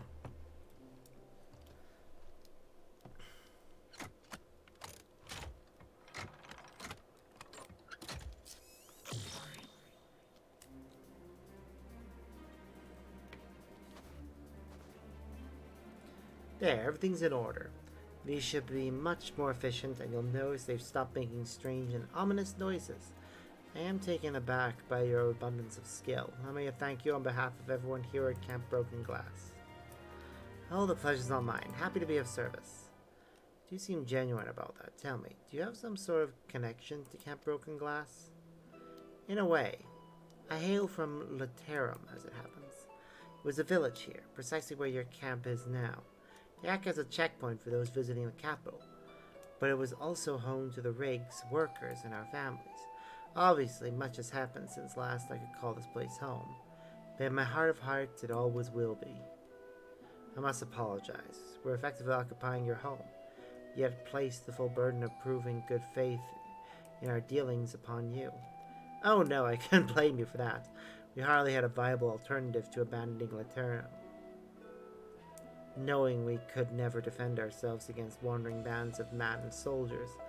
That reality is no more your fault than ours. Even if you vacated right this instant, I doubt many of us would return. We simply don't have the resources.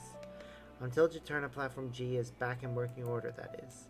Truth be told, your presence here is what has me daring to hope. If you're going to help me now, there may become a day when the other survivors and I can come home.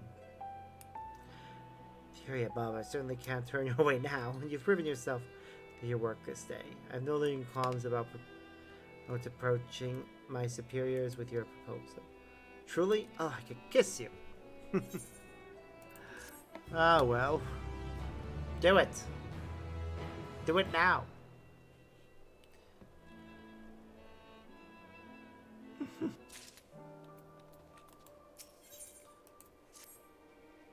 If there are no objections, I'll speak to Quartermaster about getting the necessary men and supplies for this operation straight away. He's stationed just over there in the pavilion. Could you accompany me? I might help if another can testify sincerity and competence. Great idea. What are we waiting for? One would think he didn't have a care in the world. Let us pray that Esteliot is amused rather than irritated. Yep, we can only hope.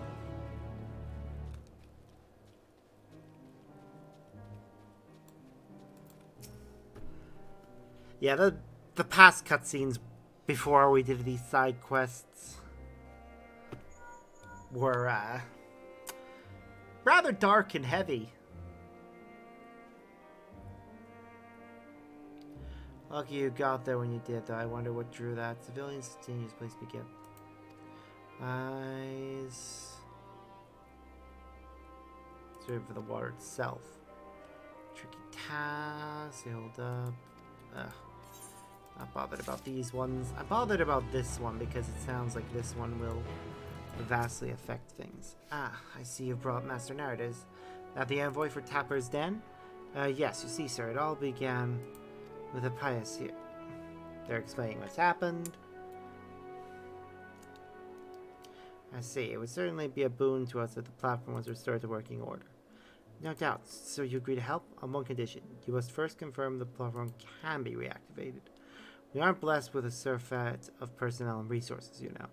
Thus, are reaching out to the tappers to begin with. We cannot waste time and manpower on operations with little chance of success. Rimmelnot, you are tasked assessing the current state of Juturna Platform G as well as the precise resources we would need to commit to reactivating it. I shall make my final decision on how to proceed only once I am fully abreast of the situation. Yes, sir. In that case, Sparks and I will accompany you. You really ought to stop making decisions on Sparks' behalf, but I would be glad for the company. Join Platform G if you would help me carry the equipment. Cool, I'll just turn in this quest.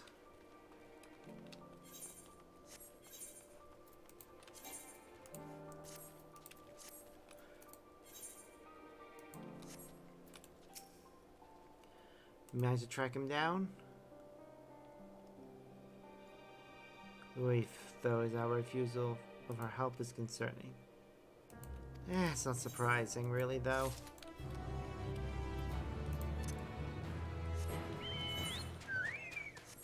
Fat chocobo away!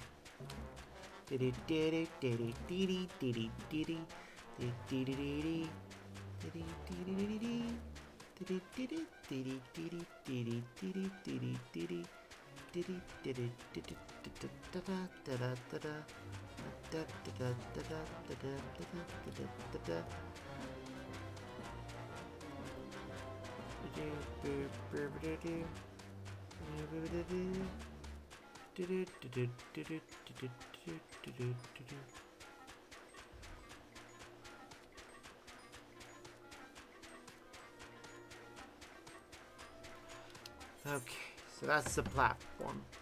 Oh, it's just straight up an oil rig. Like, there is, like, looking at it from here, yeah, that is just an oil rig. There is no, like, thing making it look that much different.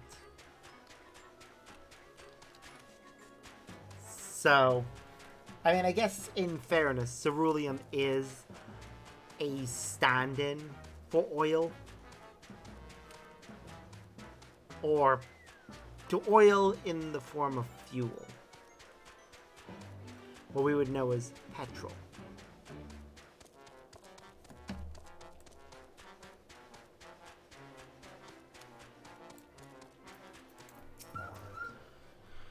I do so miss the days when we had a full crew, pumping and timpering and operating heavy machinery on too little sleep.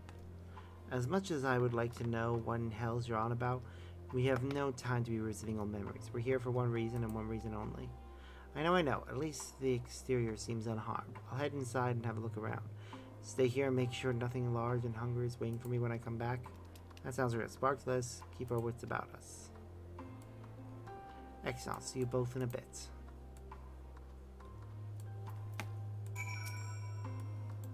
You should have gone with him, Rimmelnod.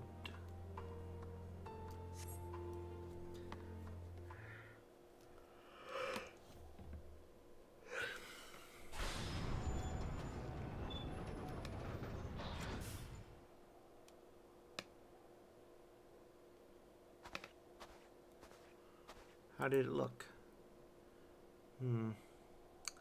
The equipment appears undamaged, though temperatures are so low that we'll need to be careful about how we turn everything on again. It's just... What, is there another issue? In a word, yes. I couldn't find the identification key. Without it, there's no way to activate the platform, even if it were in pristine condition. And why exactly was it designed with such an obvious flaw? Flaw? Juturna Platform G is the capital's main supplier of ceruleum. It wouldn't do if anyone could turn it off and on, now would it? The key is always kept secure, and there are only 2 people able to obtain the container it's usually stored in, myself and Chief Frontinus. I haven't seen him since his last war began, but I can only imagine he's out there somewhere, key in hand.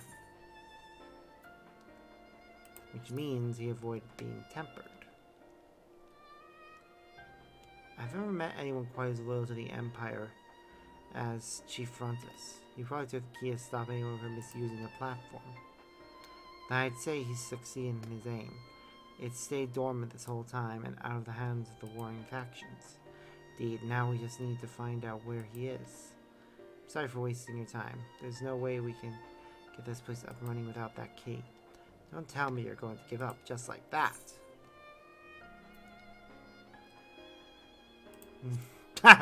Carburetor for you. I suppose you're right. With the 3 of us together, surely we can think of something. Damn right we can. I'm sure we can find the person that took the key. Easily enough. Is there really no way to bypass the mechanism that the authentication key interacts with? What exactly do you mean? I work at the manufacturer in Ishgard. I once watched my superior, as is his way, dismantle Magitech armament and put it back together again. It succeeded in bypassing the verification mechanism required to activate the machine by rewiring it. Throwing something similar wouldn't be possible with the platform. That's something a second-rate thief would do. Well, beggars can't be choosers. Save your chief engineer appearing out of thin air. It's likely our only option. You've got a point there. And far be it from me to turn down a proposal from an esteemed colleague. So glad to have you at my disposal. Spirit, I suppose. I shall return to camp to form the core master of a plan. You should be willing to spare an external power source and a few other tools if I vow to return them soon. Perhaps even some extra pairs of hands. That leaves me to open up the control panel and rearrange a few things before Rimmel returns. In the meantime, I'd think keep an eye out for anything that might eat him on. There were never so many beasts around before, but they must have gotten comfortable without us traipsing back and forth across the ice. A little too comfortable, if you ask me. Goody.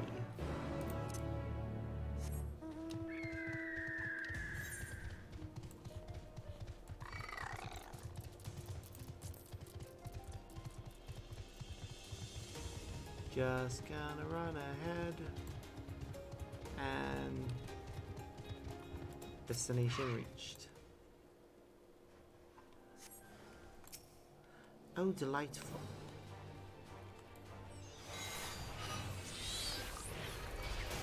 Oh god, that thing is horrifying. Look at those mouths. Why?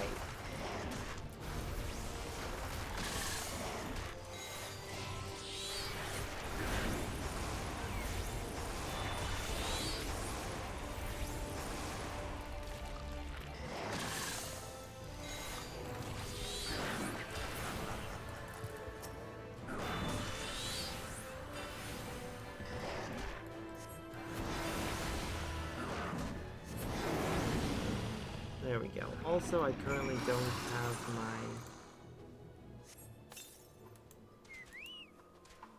I don't know why.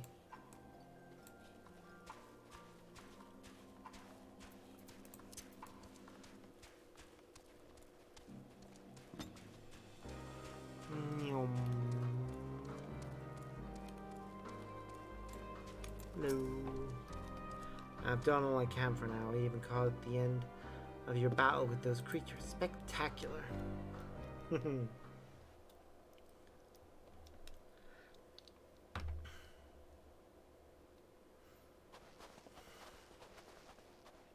Ready to get to work, I hope?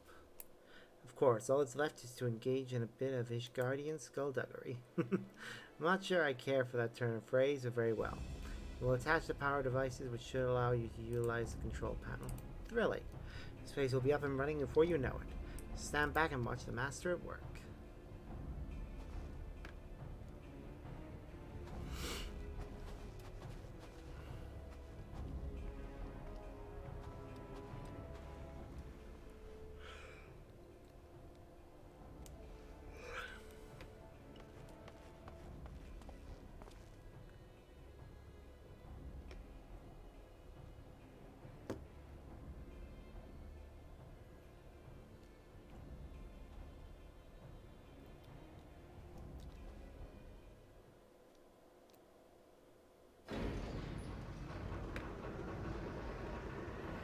Oh god, that's a lot of noise!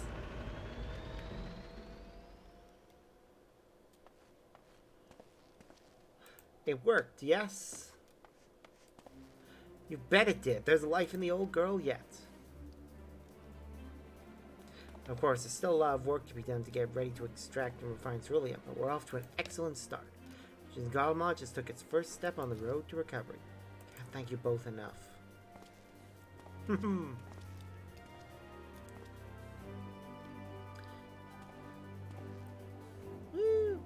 Success.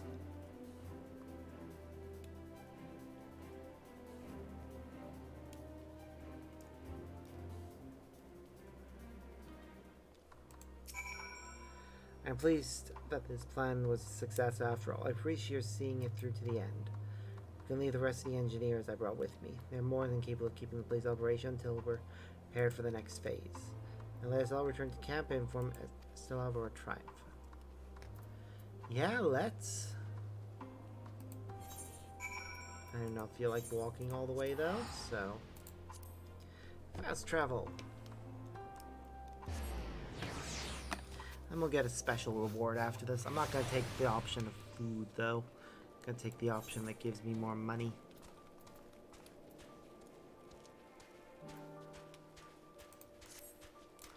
Alright, we'll be wrapping up things soon. It is getting late and I should go to bed.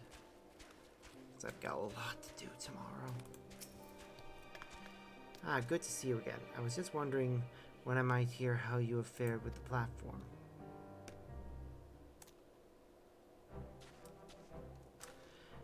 And it seems I won't have any longer to wait. I trust your eagerness as a sign that you had some success.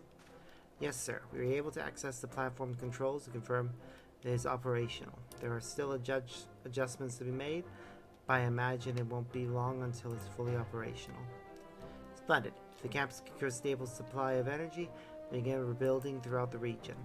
It will doubtless give succor to those in Tapper's Den and the capital proper as well. One of our goals when we first came here was to improve the lives of those that still call this frozen land home. You have made a great contribution towards realizing that ambition. Thank you, sir. Sir, you wouldn't have made it this far without your genius.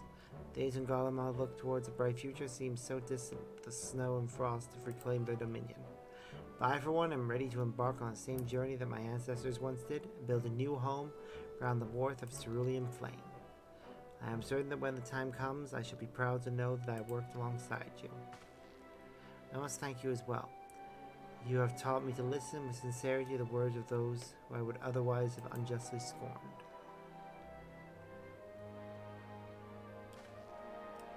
I imagine it will be some time before we can return Latur to its former inhabitants, but I promise that when we do, it will be in a better state than when you left. Well then, we better get to work. Ah, we indeed.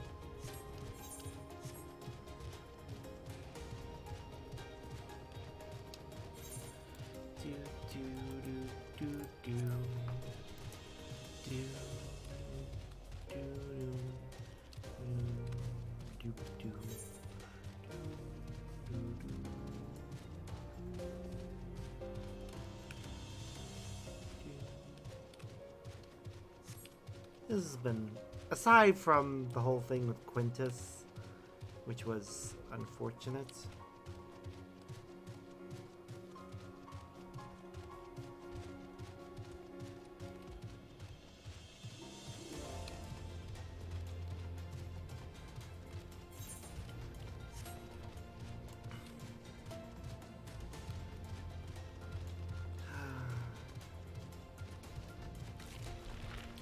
Oh, what's that? Oh god, it's one of those. With that train being derailed, do you think they'll just leave it there as a monument to the past? Or do you think they have machinery that would allow them to get it back on the tracks? I imagine they do. They definitely have cranes. And more than likely they do have tools for that. I'm pretty sure we do. Whenever a train has gone off the tracks in the real world, we have used machinery to salvage those trains so they don't go to waste. Sometimes they can return to the tracks because they're not too badly damaged. Other times they can be repaired and then returned. And sometimes they're just fine. They're not even damaged, really. Sometimes they're not damaged, really, sometimes, and can return. Sometimes they're need repairs, but yeah, there are times when they just have to go, nope, this is unsalvageable, we gotta break it down for parts, which is also still a valid use of it.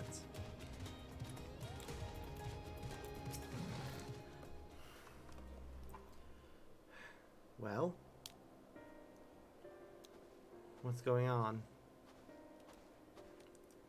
Sparks and Julius. We arrived just before you did, and too late. Too late for what? What's happened? It's Lord Quintus. He took his own life. After the news about the 10th, he relieved us of our duties. Then, when he was alone, he... No. No, he wouldn't.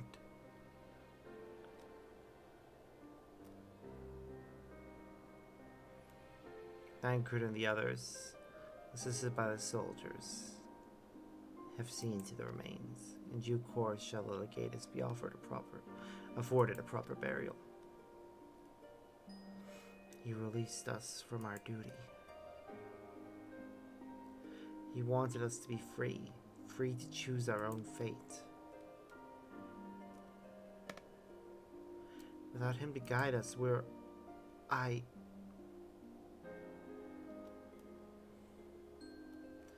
have just this moment spoken with Lucia.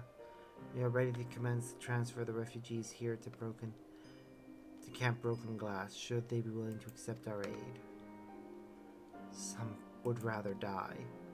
Most of us just want to live. Songs and standards be damned. Just want to live.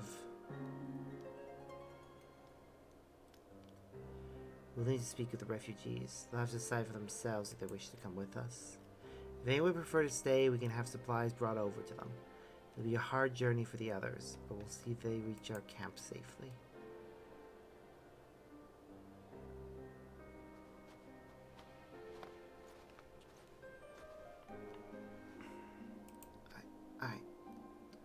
Jealous, you're just gonna have to accept it.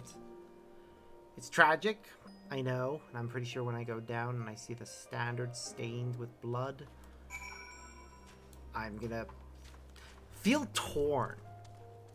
Because the legatus was admittingly not the nicest person.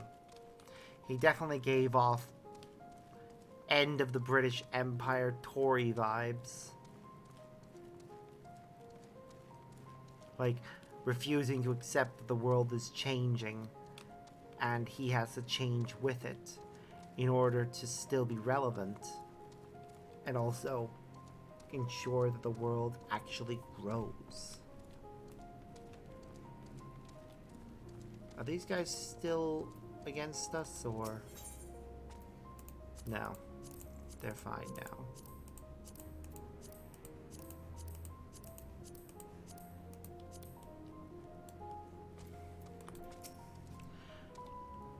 It was only ever a dream, wasn't it, to think we could reclaim it, rebuild it all ourselves. Before this all began, I sent my wife and daughter away to the provinces. If there's a chance I might see them again, I'll take it. So take me with you, please.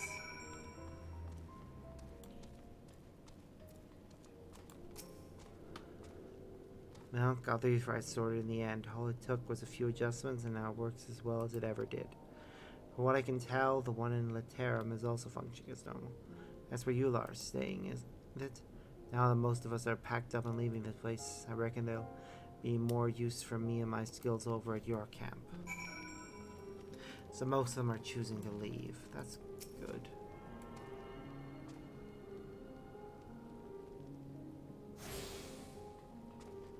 Oh, we're attuned to this aetherite. That's nice. Ooh, there are a lot of new missions in this area. Okay. With what time it is and the sheer amount of missions in this area, I am going to save all of that for next time. After all, I don't want to push myself too far and end up collapsing in my chair, because then I won't be able to end the stream and there'll just be a few hours of snoring, which is not good. So yeah, that'll be it for now. I've had fun, even if it was a bit sad seeing how that all went down. Quintus may not have been the nicest person, but I don't know. Perhaps he could have been better if he'd been given the chance. But he's never going to get that chance. So, alright. Well, that'll be it. Until next time, guys, as always, I'm in Sparks. I hope you all have a wonderful day. Bye!